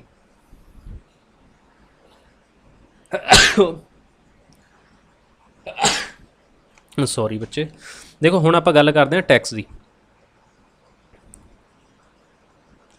ਨਿਊਜ਼ ਦੇ ਵਿੱਚ ਅਕਸਰ ਰਹਿੰਦਾ। ਦੇਖੋ ਬੱਚੇ ਕਿਸੇ ਵੀ ਕੰਟਰੀ ਦਾ ਜਿਹੜਾ ਸੋਰਸ ਹੁੰਦਾ ਇਨਕਮ ਦਾ ਉਹ ਕੀ ਹੁੰਦਾ, ਟੈਕਸ ਸਿਸਟਮ ਹੁੰਦਾ। ਤਾਂ ਹੁਣ ਆਪਣੇ ਸੰਵਿਧਾਨ ਦੇ ਵਿੱਚ ਕੀ ਇਹਦੇ ਨਾਲ ਕੋਈ ਆਰਟੀਕਲ ਡੀਲ ਕਰਦਾ? ਯੈਸ, ਆਪਾਂ ਕਹਾਂਗੇ 265 ਨੰਬਰ ਆਰਟੀਕਲ ਦੇ ਵਿੱਚ ਟੈਕਸ ਬਾਰੇ ਦੱਸਿਆ ਹੋਇਆ। ਬਾਕੀ ਆਪਣਾ ਜਿਹੜਾ ਵਿੱਤ ਕਮਿਸ਼ਨ ਆ ਯਾਨੀ ਕਿ ਫਾਈਨਾਂਸ ਕਮਿਸ਼ਨ, ਇਹ ਕਿਹੜੇ ਆਰਟੀਕਲ ਦੇ ਵਿੱਚ ਆ? 280। ਆਹ ਤੁਹਾਡਾ ਨਾਲ ਦੀ ਨਾਲ ਪੋਲਿਟੀ ਦਾ ਪੋਰਸ਼ਨ ਵੀ ਇੱਧਰੋਂ ਕਵਰ ਹੋ ਗਿਆ, ਬਟ ਨਾਲ ਹੀ ਆਪਾਂ ਇਕੋਨਮੀ ਨੂੰ ਵੀ ਕਵਰ ਕਰ ਰਹੇ ਹਾਂ। ਤਾਂ ਬੱਚੇ ਪਹਿਲਾਂ ਆਪਣੇ ਸਟਾਰਟ ਕਿਹਨੇ ਕੀਤਾ ਸੀ? ਮੈਂ ਤੁਹਾਨੂੰ ਪਹਿਲਾਂ ਵਾਲੀਆਂ ਕਲਾਸਾਂ ਦੇ ਵਿੱਚ ਵੀ ਇਹ ਕਰਵਾਇਆ ਸੀ, ਜੇਮਸ ਵਿਲਸਨ। ਜੇਮਸ ਵਿਲਸਨ ਨੇ ਪਹਿਲਾ ਸੀਗਾ ਜਿਹੜਾ ਇਹ 1800 ਕਿੰਨੇ ਦੇ ਵਿੱਚ ਕੀਤਾ, ਤੁਸੀਂ ਦੱਸਿਓ। ਤਾਂ ਇਹ ਚੀਜ਼ ਕਲੀਅਰ। ਬਾਕੀ ਬੱਚੇ ਦੇਖੋ ਜਿਹੜਾ ਸ਼ਡਿਊਲ 7 ਆ, ਤਾਂ ਜਦੋਂ ਆਪਾਂ ਟੈਕਸ ਪੜ੍ਹਦੇ ਹਾਂ ਤਾਂ ਇਹਦੇ 'ਚ ਤੁਹਾਨੂੰ ਸ਼ਡਿਊਲ 7 ਵੀ ਆਉਂਦਾ। ਤਾਂ ਸ਼ਡਿਊਲ 7 ਇੰਡੀਅਨ ਕੌਨਸਟੀਟਿਊਸ਼ਨ ਦਾ, ਇਹਦੇ 'ਚ ਕੀਸ ਨੇ, ਲਿਸਟਸ ਨੇ, ਕੇਂਦਰ ਦੀ ਲਿਸਟ ਆ, ਰਾਜ ਦੀ ਲਿਸਟ ਆ, ਔਰ ਕੌਨਕਰੰਟ ਲਿਸਟ ਆ, ਯਾਨੀ ਕਿ ਮਿਲੀ ਵਰਤੀ ਸਮਵਰਤੀ ਲਿਸਟ ਸਾਂਝੀ। ਤੇ ਇਹਦੇ ਵਿੱਚੋਂ ਜਿਹੜੀ ਸੈਕੰਡ ਲਿਸਟ ਆ ਸਟੇਟ ਲਿਸਟ, ਉਹਦੇ 'ਚ ਖੇਤੀ ਤੇ ਟੈਕਸ ਲਾਉਣਾ ਉਹ ਸਟੇਟ ਦੀ ਮਰਜ਼ੀ ਹੁੰਦੀ ਆ। ਐਗਰੀਕਲਚਰ ਟੈਕਸ ਸਟੇਟ ਦੇ ਅਕੋਰਡਿੰਗਲੀ ਹੁੰਦਾ, ਜੇ ਉਹ ਚਾਹੇ ਲਾ ਵੀ ਸਕਦੀ ਆ, ਨਹੀਂ ਚਾਹੇ ਤਾਂ ਉਹ ਨਹੀਂ ਵੀ ਲਾ ਸਕਦੀ। ਠੀਕ ਆ, ਤਾਂ ਬੱਚੇ ਆਹ ਚੀਜ਼ ਸੀਗੀ ਜਿਹੜੀ ਤੁਸੀਂ ਇਹਨੂੰ ਵੀ ਧਿਆਨ ਦੇ ਵਿੱਚ ਰੱਖਣਾ। ਬਾਕੀ ਇਹ ਤੋਂ ਬਾਅਦ ਦੇਖੋ ਕੌਣ ਟੈਕਸ ਆਪਾਂ ਤੋਂ ਲੈ ਸਕਦਾ। ਦੇਖੋ ਆਪਣੇ 3 ਟਾਇਰ ਸਿਸਟਮ ਆ ਜਿਹੜਾ ਗਵਰਨਮੈਂਟ ਦਾ, ਕੇਂਦਰ ਸਰਕਾਰ ਆ, ਰਾਜ ਸਰਕਾਰ ਆ, ਰਾਜ ਸਰਕਾਰ ਦੇ ਅਧੀਨ ਫਿਰ ਲੋਕਲ ਗਵਰਨਮੈਂਟ ਆ। ਤਾਂ ਤਿੰਨੋਂ ਹੀ ਟੈਕਸ ਆਪਾਂ ਤੋਂ ਲੈ ਸਕਦੇ ਨੇ। ਪਰ ਇੱਥੇ ਕੰਡੀਸ਼ਨ ਇਹ ਹੁੰਦੀ ਆ ਵੀ ਜਿਹੜੀ ਕੇਂਦਰ ਸਰਕਾਰ ਆ ਉਹ ਰਾਜ ਸਰਕਾਰਾਂ ਨੂੰ ਹਿੱਸਾ ਦੇਊਗੀ, ਪਰ ਰਾਜ ਸਰਕਾਰ ਕੇਂਦਰ ਨੂੰ ਹਿੱਸਾ ਨਹੀਂ ਦੇਊਗੀ।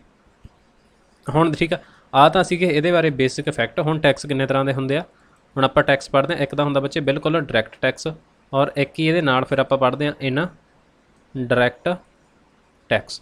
ਹੁਣ ਦੋਨਾਂ ਦੇ ਵਿੱਚ ਫਰਕ ਕੀ ਹੁੰਦਾ, ਦੇਖੋ ਬੱਚੇ ਪੁਆਇੰਟ ਆਫ ਇੰਸੀਡੈਂਟ ਔਰ ਪੇਮੈਂਟ ਦੋਨੇ ਮਤਲਬ ਕਿ ਜਿਹਦੇ ਤੇ ਲੱਗਦਾ ਉਹੀ ਪੇ ਕਰਦਾ, ਜਿਹਦੇ ਤੇ ਲੱਗਿਆ ਉਹੀ ਪੇ ਕਰੂਗਾ, ਉਹਨੂੰ ਤਾਂ ਕਹਿੰਦੇ ਆ ਡਾਇਰੈਕਟ ਟੈਕਸ। ਜਿਵੇਂ ਕਿ ਹੁਣ ਤੁਸੀਂ ਕਮਾਈ ਕੀਤੀ, ਤੁਹਾਡੇ ਤੇ ਹੀ ਲੱਗਿਆ, ਤੁਸੀਂ ਉਹ ਪੇ ਕਰੋਗੇ, ਇਹ ਤਾਂ ਹੋ ਗਿਆ ਡਾਇਰੈਕਟ ਟੈਕਸ। ਹੁਣ ਕਮਾਈ ਮੈਂ ਕਰੀ, ਮੇਰਾ ਟੈਕਸ ਕੋਈ ਹੋਰ ਭਰ ਦੇ, ਉਹ ਹੋ ਗਿਆ ਇਨਡਾਇਰੈਕਟ ਟੈਕਸ। ਇਹ ਤਾਂ ਤੁਹਾਨੂੰ ਕਲੀਅਰ ਹੋ ਗਿਆ ਨਾ। ਤੇ ਜਿਹੜਾ ਡਾਇਰੈਕਟ ਟੈਕਸ ਹੁੰਦਾ ਬੱਚੇ ਇਹ ਉਹੀ ਭਰੂਗਾ ਜਿਹਦੇ ਤੇ ਲੱਗਿਆ। ਤਾਂ ਇਹਦਾ ਮਤਲਬ ਕੀ ਹੋਇਆ, ਇਹ ਨੌਨ ਟਰਾਂਸਫਰ ਹੁੰਦਾ। ਠੀਕ ਆ, ਤੇ ਇਹਨੂੰ ਟਰਾਂਸਫਰ ਦੂਸਰੇ ਨੂੰ ਕੀਤਾ ਜਾ ਸਕਦਾ।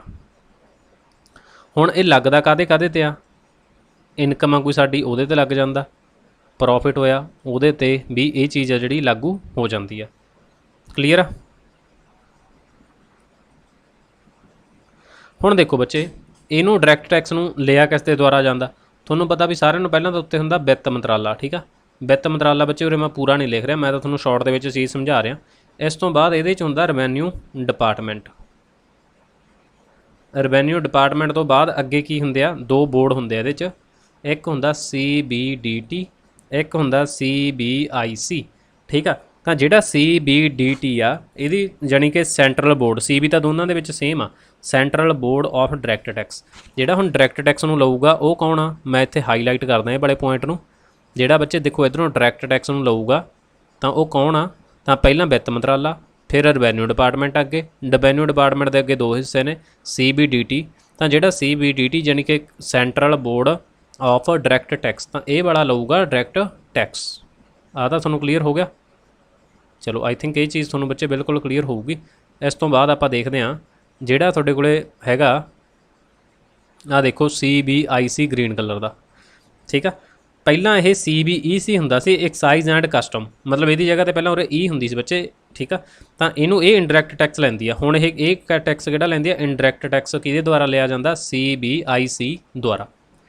ਬਿਲਕੁਲ ਤੁਹਾਨੂੰ ਆਈ ਥਿੰਕ ਹੁਣ ਇਹ ਕਲੀਅਰ ਹੋ ਗਿਆ ਹੋਊਗਾ ਤੁਹਾਨੂੰ। ਜੇ ਡਾਇਰੈਕਟ ਟੈਕਸ ਦੇ ਵਿੱਚ ਜਾਂ ਫਿਰ ਉਹ ਟੈਕਸ ਦੇ ਵਿੱਚ ਕੋਈ ਅੰਤਰ ਆਉਂਦਾ, ਇਹ ਬੱਚੇ ਟਰਾਂਸਫਰ ਕੀਤਾ ਜਾ ਸਕਦਾ। ਇਹ ਗੁੱਡਸ ਐਂਡ ਸਰਵਿਸ ਦੇ ਉੱਤੇ ਲੱਗਣ ਵਾਲਾ ਟੈਕਸ ਹੁੰਦਾ। ਇਹਨੂੰ ਲੈਂਦਾ ਕੌਣ ਆ? ਡਿਪਾਰਟਮੈਂਟ ਲੈਂਦਾ CBIC, ਓਕੇ।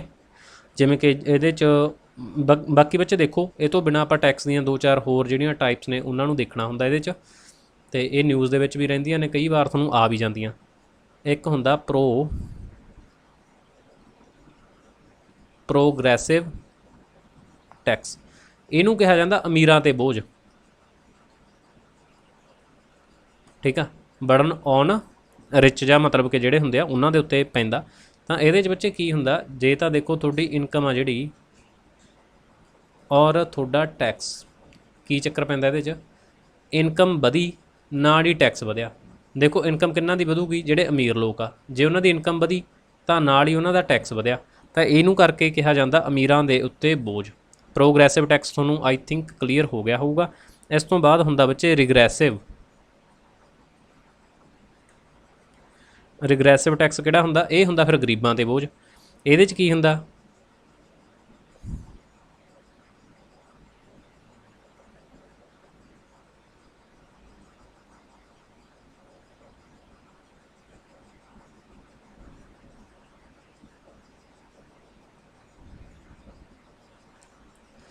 ਠੀਕ ਆ।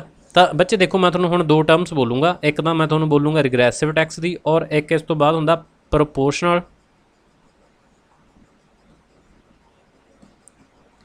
ਟੈਕਸ, ਠੀਕ ਆ। ਤਾਂ ਮਤਲਬ ਇਹਦੇ 'ਚ ਤਾਂ ਅਨੁਪਾਤਕ ਜਿਹਾ ਹੀ ਹੁੰਦਾ ਕੰਮ, ਠੀਕ ਆ। ਕੌਂਸਟੈਂਟ ਟੈਕਸ ਰੇਟ ਹੁੰਦਾ, ਇਹਦਾ ਤਾਂ ਆਪਾਂ ਨੂੰ ਮਤਲਬ ਕਿ ਐਡਾ ਚੱਕਰ ਹੈ ਨਹੀਂਗਾ। ਅਤੇ ਇਸ ਤੋਂ ਬਾਅਦ ਹੁੰਦਾ ਇੱਕ ਡਿਗਰੈਸਿਵ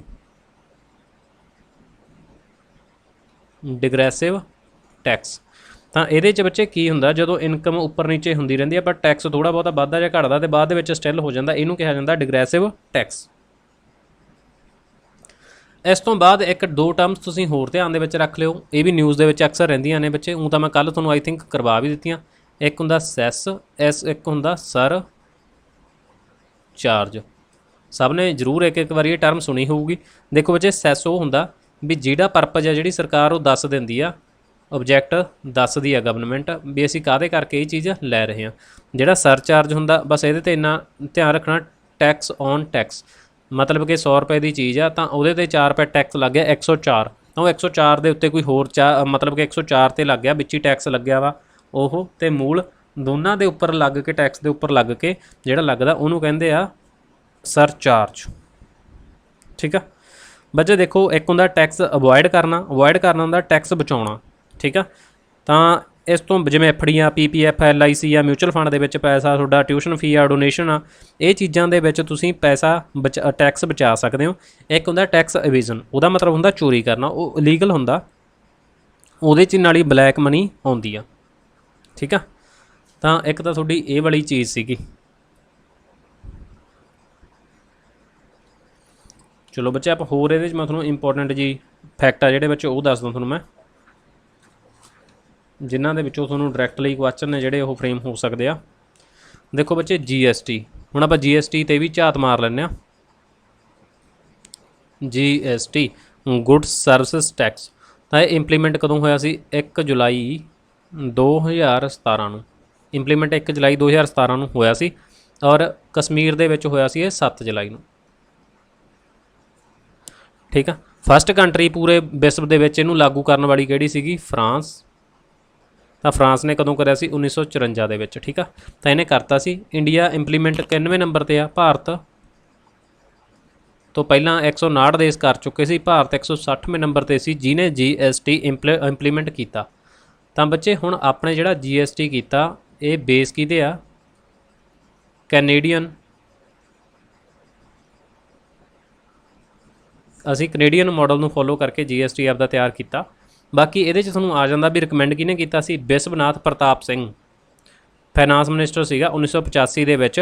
ਰਾਜੀਵ ਗਾਂਧੀ ਉਦੋਂ ਪ੍ਰਾਈਮ ਮਿਨਿਸਟਰ ਸੀ। ਇੰਦਰਾ ਗਾਂਧੀ ਦੀ ਹੱਤਿਆ ਤੋਂ ਬਾਅਦ ਅਗਲੇ ਸਾਲ 1985 ਦੇ ਵਿੱਚ ਰਾਜੀਵ ਗਾਂधी ਪ੍ਰਾਈਮ ਮਿਨਿਸਟਰ बने बिस्वनाथ प्रताप सिंह। ठीक है, पहला ये किने कीते सी? बिस्वनाथ प्रताप सिंह ने 1985 ਦੇ ਵਿੱਚ ਉਦੋਂ ਇੰਡੀਅਨ ਨੈਸ਼ਨਲ ਕਾਂਗਰਸ ਦੀ ਮਤਲਬ ਕਿਹਾ ਸੀਗਾ ਆਪਣਾ ਸਰਕਾਰ ਸੀਗੀ। ਠੀਕ ਆ, ਪਰ ਉਹ ਸਕਸੈਸ ਨਹੀਂ ਹੋਏ। ਇਸ ਤੋਂ ਬਾਅਦ ਬੱਚੇ 1999 ਦੇ ਵਿੱਚ ਅਟਲ ਬਿਹਾਰੀ ਗਵਰਨਮੈਂਟ ਆਈ, ਫਾਈਨਾਂਸ ਕਮਿਸ਼ਨ 12ਵਾਂ, ਤਾਂ ਉਦੋਂ ਸੀਗਾ ਫਾਈਨਾਂਸ ਮਿਨਿਸਟਰ ਵਿਜੇ ਕੇਲਕਰ। ਤਾਂ ਸੀਗਾ ਜਿਹੜਾ ਵਾਜਪਾਈ ਸੀਗੇ, ਉਹਨਾਂ ਨੇ ਕਮੇਟੀ ਬਣਾਈ ਵਿਜੇ ਕੇਲਕਰ ਕਮੇਟੀ GST ਦੇ ਲਈ। ਠੀਕ ਆ, ਤਾਂ ਉਹਦੇ ਚੇਅਰਮੈਨ ਕੌਣ ਸੀਗੇ? ਅਸੀਮ ਦਾਸ ਗੁਪਤਾ। ਓਕੇ, ਤਾਂ ਇਸ ਤੋਂ ਬਾਅਦ ਬੱਚੇ ਦੇਖੋ, ਇਹ ਤੁਸੀਂ ਇਹਨਾਂ ਦੇ ਵਿੱਚ ਨਾਮ ਯਾਦ ਰੱਖਣੇ ਆ। ਜਦੋਂ ਫਿਰ ਪੀ ਚਿਦੰਬਰਮ ਕਾਂਗਰਸ ਨੇ ਲੈ ਕੇ ਆਂਦਾ ਸੀ, ਇਹ ਲੋਕ ਸਭਾ ਦੇ ਵਿੱਚੋਂ ਪਾਸ ਹੋ ਗਿਆ, ਪਰ ਰਾਜ ਸਭਾ ਦੇ ਵਿੱਚ ਸੁਧਾਰਾਂ ਦੇ ਲਈ ਇਹਨੂੰ ਵਾਪਸ ਕਰ ਦਿੱਤਾ ਗਿਆ।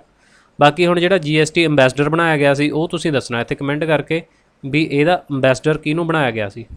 ਕੋਈ ਐਕਟਰ ਸੀਗੇ ਫੇਮਸ, ਅਤੇ ਉਹਨਾਂ ਨੂੰ ਬਣਾਇਆ ਗਿਆ GST ਅੰਬੈਸਡਰ। ਤਾਂ ਬੱਚੇ ਦੇਖੋ, ਹੁਣ ਆਪਾਂ ਇਹਨੂੰ ਗੱਲ ਕਰੀਏ ਵੀ ਇਸ ਤੋਂ ਬਾਅਦ ਫਿਰ ਜਦੋਂ ਇੰਟਰੋਡਿਊਸ ਕੀਤਾ ਗਿਆ 3 ਅਗਸਤ 2016 ਨੂੰ ਰਾਜ ਸਭਾ 'ਚੋਂ ਪਾਸ ਹੋ ਗਿਆ, ਲੋਕ ਸਭਾ ਦੇ ਵਿੱਚੋਂ 8 ਅਗਸਤ 2016 ਨੂੰ ਬਾਅਦ ਦੇ ਵਿੱਚ ਫਿਰ ਪਾਸ ਹੋ ਗਿਆ। ਮਤਲਬ ਕਿ ਇਹ ਫਿਰ ਰਾਜ ਸਭਾ ਦੇ ਵਿੱਚ ਹੀ ਪੇਸ਼ ਕੀਤਾ ਗਿਆ 2016 ਦੇ ਵਿੱਚ। ਤਾਂ ਫਿਰ ਰਾਸ਼ਟਰਪਤੀ ਦੇ ਕੋਲ ਗਿਆ, ਜਦੋਂ ਰਾਸ਼ਟਰਪਤੀ ਨੇ ਕਹਿਤਾ ਵੀ ਤੁਸੀਂ 50% ਵੋਟਾਂ ਨੇ ਜਿਹੜੀਆਂ ਉਹ ਸਟੇਟਸ ਤੋਂ ਜਾਣੀ ਕਿ ਸਾਈਨ ਕਰਾਓ, ਤਾਂ ਉਹਦੇ ਵਿੱਚ P52 ਜਾਣੀ ਕਿ ਰਾਸ਼ਟਰਪਤੀ ਨੇ ਕਿਹਾ ਕਿ 50% ਤੁਸੀਂ ਜਿਹੜੇ ਸਟੇਟ ਨੇ ਉਹਨਾਂ ਦੇ ਕੋਲੋਂ ਐਗਰੀ ਲਿਖਾਓ ਵੀ ਉਹਨਾਂ ਤੋਂ ਸਾਈਨ ਕਰਾਓ। ਤਾਂ ਇਹਦੇ 'ਚ ਸਭ ਤੋਂ ਪਹਿਲਾਂ ਸਾਈਨ ਕਰਨ ਵਾਲਾ ਕੌਣ ਸੀਗਾ? ਅਸਾਮ ਸਟੇਟ ਸਭ ਤੋਂ ਪਹਿਲਾਂ ਸੀ, ਔਰ ਇਹਦੇ 'ਚ 15ਵਾਂ ਸੀਗਾ ਗੋਆ। ਠੀਕ ਆ, ਤਾਂ 15 ਰਾਜਾਂ ਦਾ ਸਮਰਥਨ ਪ੍ਰਾਪਤ ਕਰਕੇ ਇਹਨਾਂ ਨੇ ਦਿਖਾਤਾ ਸੀਗਾ, ਕਿਉਂਕਿ ਇੱਥੇ ਇਹਨਾਂ ਦਾ 50% ਬਣ ਜਾਂਦਾ ਸੀ। ਤਾਂ ਲਾਸਟ 'ਤੇ ਕੀਤਾ ਸੀ ਇਹਨਾਂ ਦੇ ਵਿੱਚੋਂ ਜਿਹਨਾਂ ਉਹਨਾਂ ਨੇ ਦਿਖਾਉਣਾ ਸੀ ਗੋਆ, ਔਰ ਫਸਟ ਨੰਬਰ 'ਤੇ ਸੀਗਾ ਅਸਾਮ। ਤਾਂ ਜਦੋਂ GST ਆਪਣੇ ਲਿਆਂਦਾ ਗਿਆ, GST ਦੇ ਨਾਲ ਆਰਟੀਕਲ ਐਡ ਕੀਤਾ ਗਿਆ 269, ਜਾਣੀ ਕਿ ਇਹਦੇ 'ਚ GST ਕਾਉਂਸਲ ਆਰਟੀਕਲ 279A ਦੇ ਵਿੱਚ, GST ਕਾਉਂਸਲ 279A ਦੇ ਵਿੱਚ। ਤਾਂ ਜਿਹੜੀ GST ਕਾਉਂਸਲ ਆ ਬੱਚੇ, ਇਹਦੀਆਂ ਮੀਟਿੰਗਾਂ ਹੁੰਦੀਆਂ ਰਹਿੰਦੀਆਂ ਨੇ, ਇਹ ਨਿਊਜ਼ ਦੇ ਵਿੱਚ ਅਕਸਰ ਰਹਿੰਦੀ ਹੈ। GST ਕਾਉਂਸਲ ਇਹ ਕੀ ਤੋਂ ਬਣਦੀ ਆ? ਦੇਖੋ, ਇੱਕ ਤਾਂ ਹੁੰਦੇ ਆ ਜਿੰਨੀਆਂ ਰਾਜ ਨੇ, ਸਾਰੇ ਰਾਜਾਂ ਦੇ ਵਿੱਤ ਮੰਤਰੀ, ਠੀਕ ਆ, ਪਲੱਸ 2 ਯੂਟੀ ਨੇ, ਜਿਵੇਂ ਦਿੱਲੀ ਦੇ ਪੁਡੂਚੇਰੀ ਆ ਉਹਨਾਂ ਦੇ, ਬਾਕੀ ਕੇਂਦਰ ਦਾ ਫਾਈਨਾਂਸ ਮਿਨਿਸਟਰ,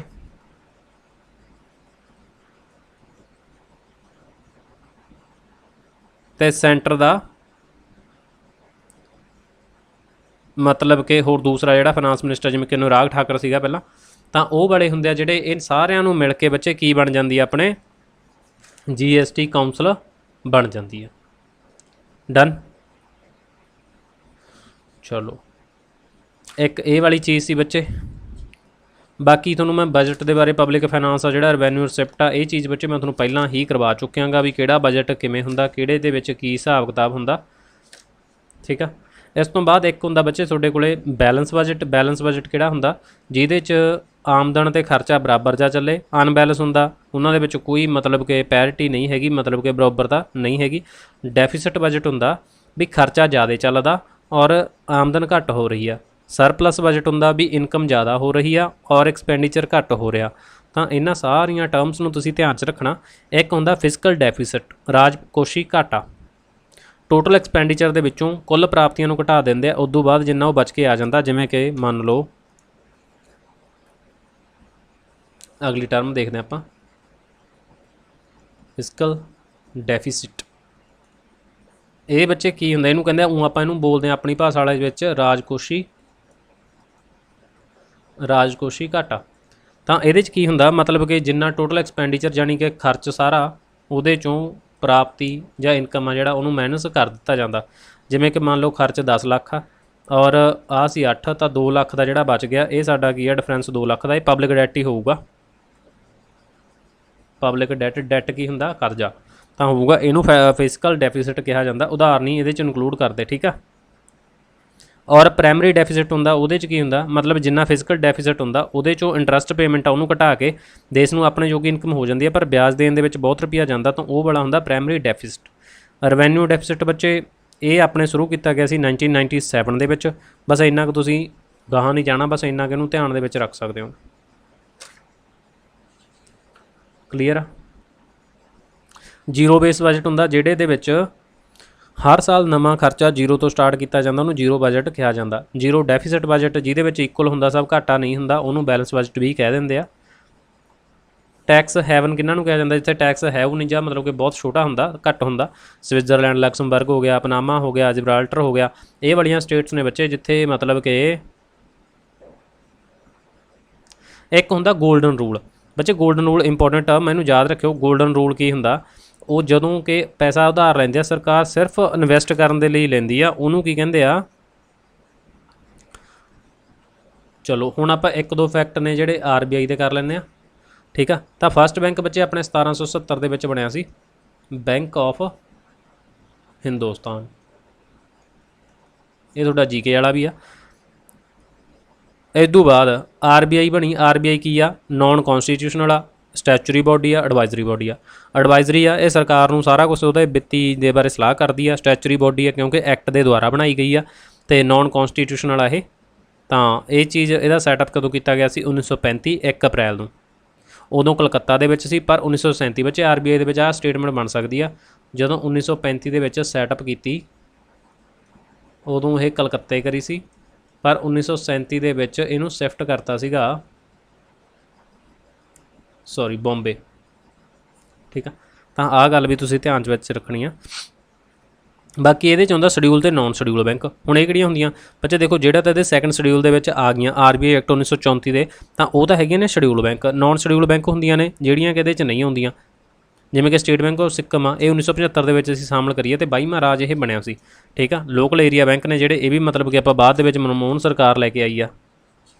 ਤਾਂ ਕਰਕੇ ਇਹ ਵਾਲੀਆਂ ਚੀਜ਼ਾਂ ਨੇ ਬੱਚੇ ਜਿਹੜੀਆਂ ਇਹਦੇ 'ਚ ਨਹੀਂ ਕਾਊਂਟ ਕੀਤੀਆਂ ਜਾਂਦੀਆਂ। ਡਨ। ਚਲੋ ਇਸ ਤੋਂ ਬਾਅਦ ਆਪਾਂ ਗੱਲ ਕਰਦੇ ਹਾਂ state bank of India, SBI। ਇਹ 1 ਜੁਲਾਈ 1955 ਦੇ ਵਿੱਚ ਇਹਦੀ ਫਾਰਮੇਸ਼ਨ ਹੁੰਦੀ ਹੈ। ਬੱਚੇ ਦੇਖੋ ਇਹਦੇ ਬਾਰੇ ਫੈਕਟ ਤਾਂ ਹੋਰ ਬਹੁਤ ਸਾਰੇ ਨੇ, ਪਰ ਇੰਨੇ ਨਹੀਂ ਮੈਂ ਕਰਵਾ ਸਕਦਾ ਹੁਣ ਤੁਹਾਨੂੰ। ਤਾਂ ਇਹਦੇ 'ਚ 7 ਨਵੇਂ ਸਹਾਇਕ ਬੈਂਕ 1959 ਦੇ ਵਿੱਚ ਸੀਗੇ। ਇਸ ਤੋਂ ਬਾਅਦ ਇਹਨਾਂ ਦਾ ਹੁਣ ਤੁਹਾਨੂੰ ਪਤਾ ਸਟੇਟ ਬੈਂਕ ਆਫ ਸੌਰਾਸ਼ਟਰ 2008 ਦੇ ਵਿੱਚ। ਬਾਕੀ ਆ ਮਰਜਰ ਕੀਤੇ ਗਏ ਸੀ ਬੱਚੇ 1 ਅਪ੍ਰੈਲ 2000। ਚਲੋ ਇਹ ਤਾਂ ਤੁਹਾਨੂੰ ਪਤਾ ਹੀ ਆ ਵੀ ਕਿੰਨੇ ਬੈਂਕਾਂ ਦਾ, ਮੈਸੂਰ, ਪਟਿਆਲਾ, ਹੈਦਰਾਬਾਦ, ਤਰਾਵਨਕੋਰ, ਬੀਕਾਨੇਰ, ਜੈਪੁਰ ਦਾ, ਇਹਨਾਂ ਸਾਰਿਆਂ ਦਾ ਕੀ ਕਰ ਦਿੱਤਾ ਗਿਆ ਸੀ, ਮਰਜਰ ਕਰ ਦਿੱਤਾ ਗਿਆ ਸੀ।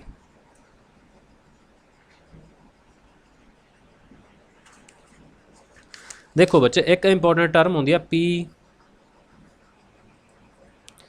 PSL। ਬਹੁਤ ਬੱਚਿਆਂ ਨੇ ਸੁਣਿਆ ਹੋਊਗਾ, ਪਰ ਤੁਹਾਡੇ 'ਚੋਂ ਅੱਧ ਤੋਂ ਜ਼ਿਆਦਾ ਬੱਚੇ ਉਹ ਹੋਣਗੇ ਜਿਨ੍ਹਾਂ ਦੇ ਲਈ ਇਹ ਟਰਮ ਬਿਲਕੁਲ ਨਵੀਂ ਹੋਊਗੀ। ਦੇਖੋ ਬੱਚੇ ਇਹਦੇ 'ਚ ਕੀ ਹੁੰਦਾ, ਪ੍ਰਾਇਓਰਟੀ ਸੈਕਟਰ ਲੈਂਡਿੰਗ। ਤਾਂ ਸਭ ਨੂੰ ਤੁਹਾਨੂੰ ਪਤਾ ਹੋਣਾ ਚਾਹੀਦਾ, ਚਾਹੇ ਕਿਸੇ ਨੇ ਐਗਜ਼ਾਮ ਦੇਣਾ, ਚਾਹੇ ਕਿਸੇ ਨੇ ਨਹੀਂ ਦੇਣਾ। ਦੇਖੋ ਬੱਚੇ ਅਗਰ ਤੁਹਾਨੂੰ ਵੀਡੀਓ ਪਸੰਦ ਆ ਰਹੀ ਹੈ, ਸਮਝ ਲੱਗ ਰਿਹਾ ਕੰਟੈਂਟ ਆਪਣਾ, ਦੈਨ ਤੁਸੀਂ ਵੀਡੀਓ ਨੂੰ ਚੱਲਦੇ ਦੌਰਾਨ ਲਾਈਕ ਜ਼ਰੂਰ ਕਰੋ। ਔਰ ਜਿਹੜੇ ਚੈਨਲ 'ਤੇ ਨਵੇਂ ਚੈਨਲ ਸਬਸਕ੍ਰਾਈਬ ਨਹੀਂ ਕੀਤਾ, ਦੈਨ ਚੈਨਲ ਨੂੰ ਪਲੀਜ਼ ਪਹਿਲਾਂ ਸਬਸਕ੍ਰਾਈਬ ਬੱਚੇ ਜ਼ਰੂਰ ਕਰ ਲਿਓ। ਔਰ ਜਿਹੜੇ PDF 'ਤੇ ਹਜੇ ਤੱਕ ਵੀ ਬੱਚਿਆਂ ਨੇ ਨਹੀਂ ਜੁਆਇਨ ਕਰਿਆ, ਉਹਦੇ ਲਈ PDF ਲਈ ਟੈਲੀਗ੍ਰਾਮ, ਉਹ ਵੀ ਉਹਦੇ 'ਤੇ ਜੁਆਇਨ ਕਰ ਸਕਦਾ। ਠੀਕ ਆ, ਦੇਖੋ ਬੱਚੇ ਇਹਦੇ 'ਚ ਕੀ ਹੁੰਦਾ, PSL ਤਾਂ ਜਿੰਨਾ ਬੈਂਕ ਦੇ ਕੋਲ ਹੁੰਦਾ ਉਹਦਾ 40% ਜਿੰਨਾ ਉਹਦਾ ਹੁੰਦਾ ਆਪਣੇ ਟੋਟਲ ਲੋਨ ਦਾ,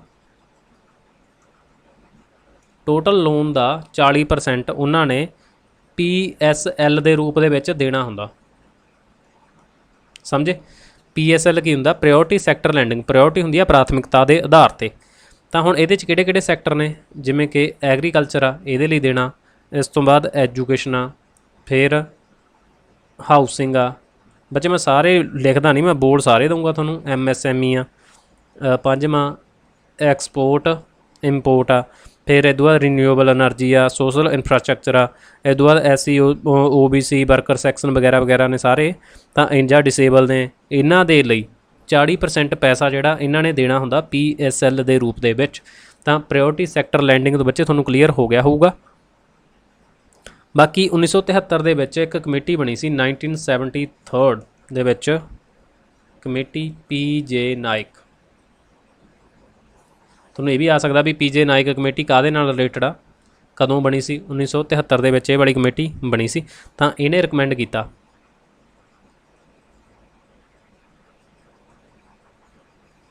ਬੱਚੇ, ਦੇਖੋ ਇਹਦੇ 'ਚ PJ ਨਾਇਕ ਕਮੇਟੀ 1973 ਹੁਣ ਇਹਦੀਆਂ ਸਿਫਾਰਸ਼ਾਂ ਕੀ ਸੀ, ਇਹਨੇ ਕੀ ਕਿਹਾ ਵੀ ਜਿਹੜੇ ਦਾ ਸਮਾਲ ਬੈਂਕ ਨੇ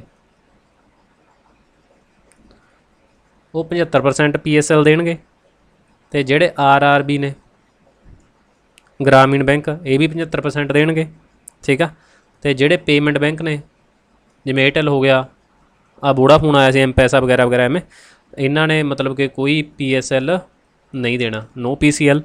ਅਤੇ ਇਸ ਤੋਂ ਬਾਅਦ ਲੋਕਲ ਏਰੀਆ ਬੈਂਕ ਹੁੰਦੇ ਨੇ 3 ਨੇ, ਜਿਵੇਂ ਕਿ ਕੋਆਪਰੇਟਿਵ ਬੈਂਕ ਨੇ, ਇਹਨਾਂ ਦੀ ਲਿਮਟ ਨਹੀਂ, ਕਿਉਂਕਿ ਇਹਨਾਂ ਨੇ ਤਾਂ ਸਾਰਾ ਹੀ ਖੇਤਰ ਦੇ ਵਿੱਚ ਹੀ ਲਾਉਣਾ ਹੁੰਦਾ, ਇਹਨਾਂ ਦੇ ਕੋਈ ਲਿਮਟ ਰੱਖੀ ਨਹੀਂ ਗਈ ਸੀ। ਬਾਕੀ ਬੱਚੇ ਇਹ ਵੀ ਨਹੀਂ ਹੁੰਦਾ ਵੀ ਸਰਕਾਰ ਆ ਜਾਂ ਬੈਂਕ ਆ ਸਿਰਫ ਇੱਕ ਖੇਤਰ ਦੇ ਵਿੱਚ ਕਿਸੇ ਵੀ ਇੱਕ ਪਰਟੀਕੂਲਰ ਏਰੀਆ ਦੇ ਵਿੱਚ, ਜਿਹੜੇ ਆਪਾਂ 8 ਉੱਤੇ ਗੱਲ ਕਰੀ ਆ ਐਗਰੀਕਲਚਰ, ਐਜੂਕੇਸ਼ਨ, ਹਾਊਸਿੰਗ, MSME, ਅਤੇ ਇਹਨਾਂ ਦੇ ਵਿੱਚੋਂ ਵੀ ਇੱਕ ਦੇ ਵਿੱਚ ਹੀ ਸਾਰਾ ਪੈਸਾ ਪੂਰਾ ਕਰ ਸਕਦੀ ਆ। ਉਹਦੇ ਲਈ RBI ਨੇ ਸਬਜੈਕਟ ਲਿਮਟ ਰੱਖੀ ਹੋਈ ਆ, ਠੀਕ ਆ। ਤਾਂ RBI ਨੇ ਇਹਦੇ 'ਤੇ ਕੀ ਕੀਤਾ ਵਾ, RBI ਨੇ ਇੱਕ ਸਬਜੈਕਟ ਲਿਮਟ ਲਾ ਕੇ ਕੈਪ ਲਾਤੀ ਇਹਦੇ 'ਤੇ, ਠੀਕ ਆ, ਲਿਮਟ ਰੱਖਤੀ। ਜਿਵੇਂ ਕਿ ਐਗਰੀਕਲਚਰ ਦੇ ਵਿੱਚ ਤੁਸੀਂ 18% ਲਾ ਸਕਦੇ ਹੋ ਬਸ, ਠੀਕ ਆ। ਬੱਚੇ ਮੈਂ ਤੁਹਾਨੂੰ ਸਾਰੇ ਨਹੀਂ ਕਰਾਊਂਗਾ, ਜਿਹੜਾ ਵੀਕਰ ਸੈਕਸ਼ਨ ਆ ਵੀਕਰ ਸੈਕਸ਼ਨ ਦੇ ਲਈ 10% ਆ, ਅਤੇ MSME ਦੇ ਵਿੱਚ 7.5% ਆ, ਬਾਕੀ ਬੱਚਾ ਜਿਹਨੂੰ ਮਰਜ਼ੀ ਦੇ ਸਕਦੇ ਹੋ, ਇਹਨਾਂ ਦੇ ਵਿੱਚ ਤੁਹਾਨੂੰ ਲਾਉਣਾ ਹੀ ਪੈਣਾ, ਠੀਕ ਆ। ਅਤੇ ਜੇ 40% PSL ਆ ਬੈਂਕ ਨਹੀਂ ਦਿੰਦੇ, ਠੀਕ ਆ, ਤਾਂ ਡੋਮੈਸਟਿਕ ਬੈਂਕ ਆ, ਜਿਹੜਾ ਡੋਮੈਸਟਿਕ ਹੁੰਦਾ ਵੀ ਆਪਣੇ ਭਾਰਤ ਦਾ ਬੈਂਕ ਆ ਕੋਈ ਵੀ, ਤਾਂ ਉਹਨਾਂ ਦਾ RIDF ਦੇ ਵਿੱਚ ਜਮ੍ਹਾਂ ਹੋ ਜਾਂਦਾ, ਜਿਹੜਾ ਕਿ ਨਬਾਰਡ ਕਹਿ ਲਓ ਤੁਸੀਂ, ਨਬਾਰਡ ਦੇ ਵਿੱਚ ਜਮ੍ਹਾਂ ਹੋ ਜਾਂਦਾ। ਅਤੇ ਜਿਹੜੇ ਫੋਰਨ ਬੈਂਕ ਹੁੰਦੇ ਆ ਉਹਨਾਂ ਦਾ SIDBI ਦੇ ਵਿੱਚ ਜਮ੍ਹਾਂ ਹੋ ਜਾਂਦਾ। ਬੱਚੇ ਅਗਲੀ ਵੀਡੀਓ ਦੇ ਵਿੱਚ ਤੁਹਾਨੂੰ ਨਬਾਰਡ ਔਰ SIDBI ਇਹ ਅੱਜ ਮੇਰੇ ਧਿਆਨ ਦੇ ਵਿੱਚ ਆ ਗਏ, ਮੈਂ ਤੁਹਾਨੂੰ ਇਹ ਨਹੀਂ ਕਰਵਾਏ, ਹਾਂ ਇਹ ਤੁਹਾਨੂੰ ਅਗਲੀ ਵੀਡੀਓ ਦੇ ਵਿੱਚ ਮੈਂ ਤੁਹਾਨੂੰ ਕਵਰ ਕਰਵਾ ਦੂੰਗਾ ਵੀ ਨਬਾਰਡ ਬੈਂਕ ਔਰ SIDBI ਬੈਂਕ ਦਾ ਕੀ ਕੰਮ ਆ, ਕਦੋਂ ਫਾਰਮੇਸ਼ਨ ਹੋਈ ਆ, ਕਿਉਂ ਕੀਤੀ ਗਈ ਸੀ, ਠੀਕ ਆ। ਤਾਂ ਬੱਚੇ ਆਈ ਥਿੰਕ ਇਹ ਚੀਜ਼ ਤਾਂ ਤੁਹਾਨੂੰ ਕਲੀਅਰ ਹੋਊਗੀ, ਠੀਕ ਆ। ਤਾਂ ਇਸ ਤੋਂ ਬਾਅਦ ਬੱਚੇ ਬੈਂਕਿੰਗ ਓਮਬਡਸਮੈਨ, ਹੁਣ ਇਹ ਵੀ ਇੰਪੋਰਟੈਂਟ ਟਰਮ ਆ ਬੱਚੇ, ਬੈਂਕਿੰਗ ਓਮਬਡਸਮੈਨ। ਬਾਕੀ ਜਿਹੜਾ BBB ਵਾਲਾ ਸਿਸਟਮ ਸੀਗਾ ਬੈਂਕ ਬੋਰਡ ਬਿਊਰੋ, ਉਹਦਾ ਬੱਚੇ ਮੈਂ ਤੁਹਾਨੂੰ ਪਹਿਲਾਂ ਵਾਲੀ ਵੀਡੀਓ ਦੇ ਵਿੱਚ ਕਰਵਾ ਚੁੱਕਿਆ, ਤਾਂ ਉਹਨੂੰ ਤੁਸੀਂ ਜ਼ਰੂਰ ਦੇਖ ਲਿਓ। ਬਾਕੀ ਜਿਹੜੀ ਕਾਲ ਮਨੀ ਟਰਮ ਹੁੰਦੀ ਹੈ, ਇੱਕ ਕਾਲ ਮਨੀ ਕੀ ਹੁੰਦਾ, ਬੈਂਕ ਨੂੰ ਉਧਾਰ ਦਿੰਦਾ ਇੱਕ ਨਾਈਟ ਦੇ ਲਈ, ਠੀਕ ਆ। ਨੋਟਸ ਹੁੰਦਾ 2 ਦਿਨ ਪਹਿਲਾਂ, 14 ਦਿਨਾਂ ਤੱਕ ਦਾ ਹੁੰਦਾ ਹੈ। ਟਰਮ ਮਨੀ ਹੁੰਦੀ ਹੈ 14 ਦਿਨ ਦੇ ਲਈ,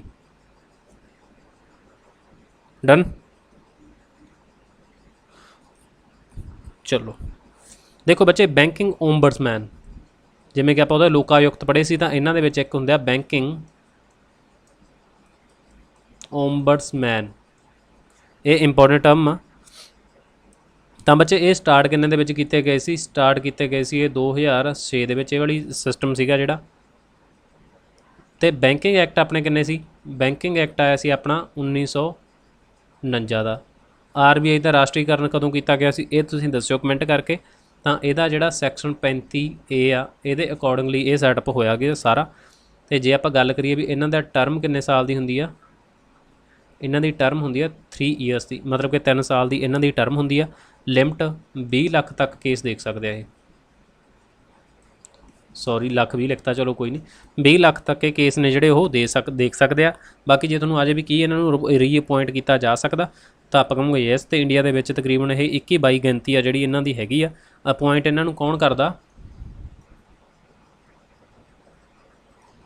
RBI, ਜਾਣੀ ਕਿ ਆਪਣਾ ਕੇਂਦਰੀ ਬੈਂਕ ਆ ਜਿਹੜਾ ਅਪੁਆਇੰਟ ਕਰਦਾ, ਓਕੇ।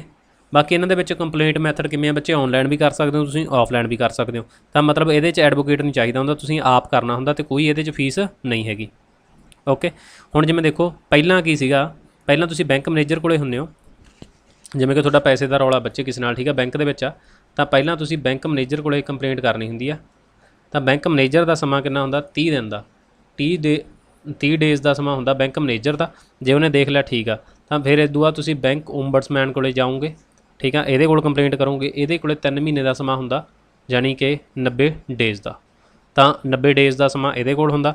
ਇਸ ਤੋਂ ਬਾਅਦ ਬੱਚੇ ਅਪੀਲੇਟ ਅਥਾਰਟੀ ਹੁੰਦੀ ਆ, ਜੇ ਇਹ ਤੋਂ ਨਹੀਂ ਕੰਮ ਬਣਦਾ ਤਾਂ ਉਹ ਡਿਪਟੀ ਗਵਰਨਰ ਹੁੰਦਾ RBI ਦਾ।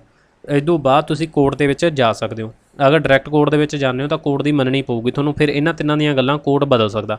ਮਤਲਬ ਕਿ ਜੇ ਤੁਸੀਂ ਇਹਨਾਂ ਦੇ ਪ੍ਰੋਸੀਜਰ ਬੈਂਕ ਮੈਨੇਜਰ ਤੋਂ ਬਾਅਦ ਓਮਬਡਸਮੈਨ ਕੋਲ ਜਾਂਦੇ ਹੋ, ਓਮਬਡਸ ਤੋਂ ਬਾਅਦ ਅਪੀਲੇਟ ਅਥਾਰਟੀ ਕੋਲੇ ਜਾਂਦੇ ਹੋ, ਫਿਰ ਕੋਰਟ ਦੇ ਕੋਲ ਜਾਂਦੇ ਹੋ, ਤਾਂ ਕੋਰਟ ਇਹਨਾਂ ਤਿੰਨਾਂ ਦਾ ਫੈਸਲਾ ਰੱਦ ਕਰ ਸਕਦਾ। ਪਰ ਜੇ ਤੁਸੀਂ ਡਾਇਰੈਕਟਲੀ ਕੋਰਟ ਦੇ ਵਿੱਚ ਗਏ ਚਲੇ ਤਾਂ ਜਾ ਸਕਦੇ ਹੋ, ਪਰ ਕੋਰਟ ਦਾ ਫੈਸਲੇ ਨੂੰ ਫਿਰ ਇਹ ਦੁਬਾਰੇ ਰੱਦ ਨਹੀਂ ਕਰ ਸਕਦੇ। ਠੀਕ ਆ।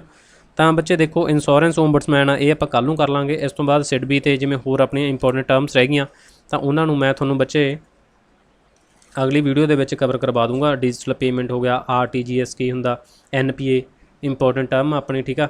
ਜਿਹੜੇ ਨੋਨ ਪਰਫੋਰਮਿੰਗ ਐਸਟਸ ਹੁੰਦੇ ਆ ਤਾਂ ਉਹਨਾਂ ਦੀ ਰਿਕਵਰੀ ਕਿਵੇਂ ਕੀਤੀ ਜਾਂਦੀ ਆ, ਜਾਂ ਹੋਰ ਜਿਹੜੀਆਂ ਕਮੇਟੀਆਂ ਨੇ ਤਾਂ ਉਹਨਾਂ ਦੇ ਬਾਰੇ ਜਿੰਨੇ ਆਪਣੇ ਇੰਪੋਰਟੈਂਟ ਫੈਕਟਰ ਹੈਗੇ ਹੋਰ, ਤਾਂ 2 RRB ਬੈਂਕਸ ਜਿਹਨਾਂ ਦੀ ਆਪਾਂ ਗੱਲ ਕੀਤੀ ਹੈ, ਸਮਾਲ ਫਾਈਨਾਂਸ ਬੈਂਕ ਹੋ ਗਿਆ, ਸਿਡਬੀ ਹੋ ਗਿਆ, ਪੇਮੈਂਟ ਬੈਂਕ ਹੋ ਗਿਆ। ਤਾਂ ਇਹ ਜਿਹੜੇ ਨਿਊਜ਼ ਦੇ ਵਿੱਚ ਰਹੇ RBI ਦੇ ਬਾਰੇ ਕੁਛ ਕੁ ਹੋਰ ਪੁਆਇੰਟ ਜਿਹੜੀਆਂ ਸਕੀਮਸ ਨੇ ਤਾਂ ਉਹਨਾਂ ਨੂੰ ਬੱਚੇ ਮੈਂ ਤੁਹਾਨੂੰ ਕਵਰ ਕਰਵਾ ਦੂੰਗਾ ਅਗਲੀ ਵੀਡੀਓ ਦੇ ਵਿੱਚ। ਤਾਂ ਬੱਚੇ ਅਗਰ ਤੁਹਾਨੂੰ ਵੀਡੀਓ ਚੰਗੀ ਲੱਗੀ ਅਤੇ ਤੁਹਾਨੂੰ ਸਮਝ ਲੱਗਿਆ, ਇਕੋਨਮੀ ਦਾ ਕੁਛ ਪਤਾ ਲੱਗਿਆ, ਨਵਾਂ ਸਿੱਖਣ ਲਈ ਮਿਲਿਆ, ਅਤੇ ਦੈਨ ਤੁਸੀਂ ਬੱਚੇ ਚੈਨਲ ਨੂੰ ਸਬਸਕ੍ਰਾਈਬ ਜ਼ਰੂਰ ਕਰਨਾ, ਵੀਡੀਓ ਨੂੰ ਲਾਈਕ ਜ਼ਰੂਰ ਕਰਨਾ, ਔਰ ਟੈਲੀਗ੍ਰਾਮ ਨੂੰ ਜੁਆਇਨ ਵੀ ਕਰ ਲਿਓ ਬੱਚੇ। ਉਹਦੇ 'ਤੇ ਹਰ ਕਲਾਸ ਦਾ ਸ਼ਡਿਊਲ ਸੈੱਟ ਕੀਤਾ ਜਾਂਦਾ, MCQ ਵਗੈਰਾ ਉਹਦੇ 'ਤੇ ਸੈਂਡ ਕੀਤੇ ਜਾਂਦੇ ਆ, ਹੋਰ ਵੀ ਕਰੰਟ ਅਫੇਅਰ ਆ ਜਿਹੜਾ ਉਹਦੇ 'ਤੇ ਅਪਡੇਟ ਕੀਤਾ ਜਾਂਦਾ। ਤਾਂ ਜਿਹਨੇ ਉਹ ਵਾਲਾ ਨਹੀਂ ਹਜੇ ਤੱਕ ਕੀਤਾ ਬੱਚੇ, ਉਹਨੂੰ ਵੀ ਤੁਸੀਂ ਜੁਆਇਨ ਕਰ ਲਿਓ। ਅਤੇ ਬਾਕੀ ਜਿਹੜੇ ਚੈਨਲ ਦੇ ਉੱਤੇ ਬੱਚੇ ਨਵੇਂ ਜੁੜੇ ਸੀਗੇ ਤਾਂ ਉਹ ਬੱਚੇ ਚੈਨਲ ਨੂੰ ਸਬਸਕ੍ਰਾਈਬ ਜ਼ਰੂਰ ਕਰਿਓ, ਨਾਲ ਹੀ ਬੈਲ ਨੋਟੀਫਿਕੇਸ਼ਨ ਨੂੰ ਔਨ ਕਰ ਲਿਓ, ਤਾਂ ਜੋ ਹਰ ਵੀਡੀਓ ਦਾ ਅਪਡੇਟ ਆ ਜਿਹੜਾ ਨੋਟੀਫਿਕੇਸ਼ਨ ਆ ਉਹ ਤੁਰੰਤ ਤੁਹਾਡੇ ਤੱਕ ਆ ਸਕੇ। ਮਿਲਦੇ ਹਾਂ ਅਗਲੀ ਵੀਡੀਓ ਦੇ ਵਿੱਚ ਬੱਚੇ। ਬਾਕੀ ਜਿਨ੍ਹਾਂ ਨੂੰ ਬੱਚੇ ਨੂੰ ਕਿਸੇ ਨੂੰ ਹੋਰ ਟੌਪਿਕ ਦੇ ਉੱਪਰ ਵੀਡੀਓ ਚਾਹੀਦੀ ਹੈ ਬੱਚੇ, ਕੋਈ ਵੀ ਟੌਪਿਕ ਆ ਤਾਂ ਤੁਸੀਂ ਨੀਚੇ ਕਮੈਂਟ ਕਰਕੇ ਦੱਸ ਦਿਓ, ਜਿੱਧਰ ਮੈਜੋਰਟੀ ਹੋਊਗੀ ਜਾਂ ਟੈਲੀਗ੍ਰਾਮ ਦੇ ਉੱਤੇ ਦੱਸ ਸਕਦੇ ਹੋ, ਤਾਂ ਉਹ ਵਾਲਾ ਟੌਪਿਕ ਤੁਹਾਨੂੰ ਅਗਲੀ ਵੀਡੀਓ ਦੇ ਵਿੱਚ ਕਵਰ ਕਰਵਾਇਆ ਜਾਊਗਾ। ਨਹੀਂ ਫਿਰ ਬੱਚੇ ਆਪਣੇ ਅਕੋਰਡਿੰਗਲੀ ਤਾਂ ਮੈਂ ਕਰਵਾਈ ਦੇਣਾ। ਬਾਕੀ ਅਗਰ ਤੁਹਾਨੂੰ ਕੋਈ ਰਿਕਮੈਂਡੇਸ਼ਨ ਹੋਣਗੀਆਂ ਤੁਸੀਂ ਉਹਨਾਂ ਨੂੰ ਦੱਸ ਸਕਦੇ ਹੋ, ਉਹਨਾਂ ਨੂੰ ਫੋਲੋ ਕੀਤਾ ਜਾਊਗਾ। ਵੀਡੀਓ ਦੇਖਣ ਦੇ ਲਈ ਸਭ ਦਾ ਥੈਂਕ ਯੂ। ਮਿਲਦੇ ਹਾਂ ਅਗਲੀ ਵੀਡੀਓ ਦੇ ਵਿੱਚ, ਤਦ ਤੱਕ ਲਈ ਸਭ ਨੂੰ ਬਾਏ ਬਾਏ, ਟੇਕ ਕੇਅਰ।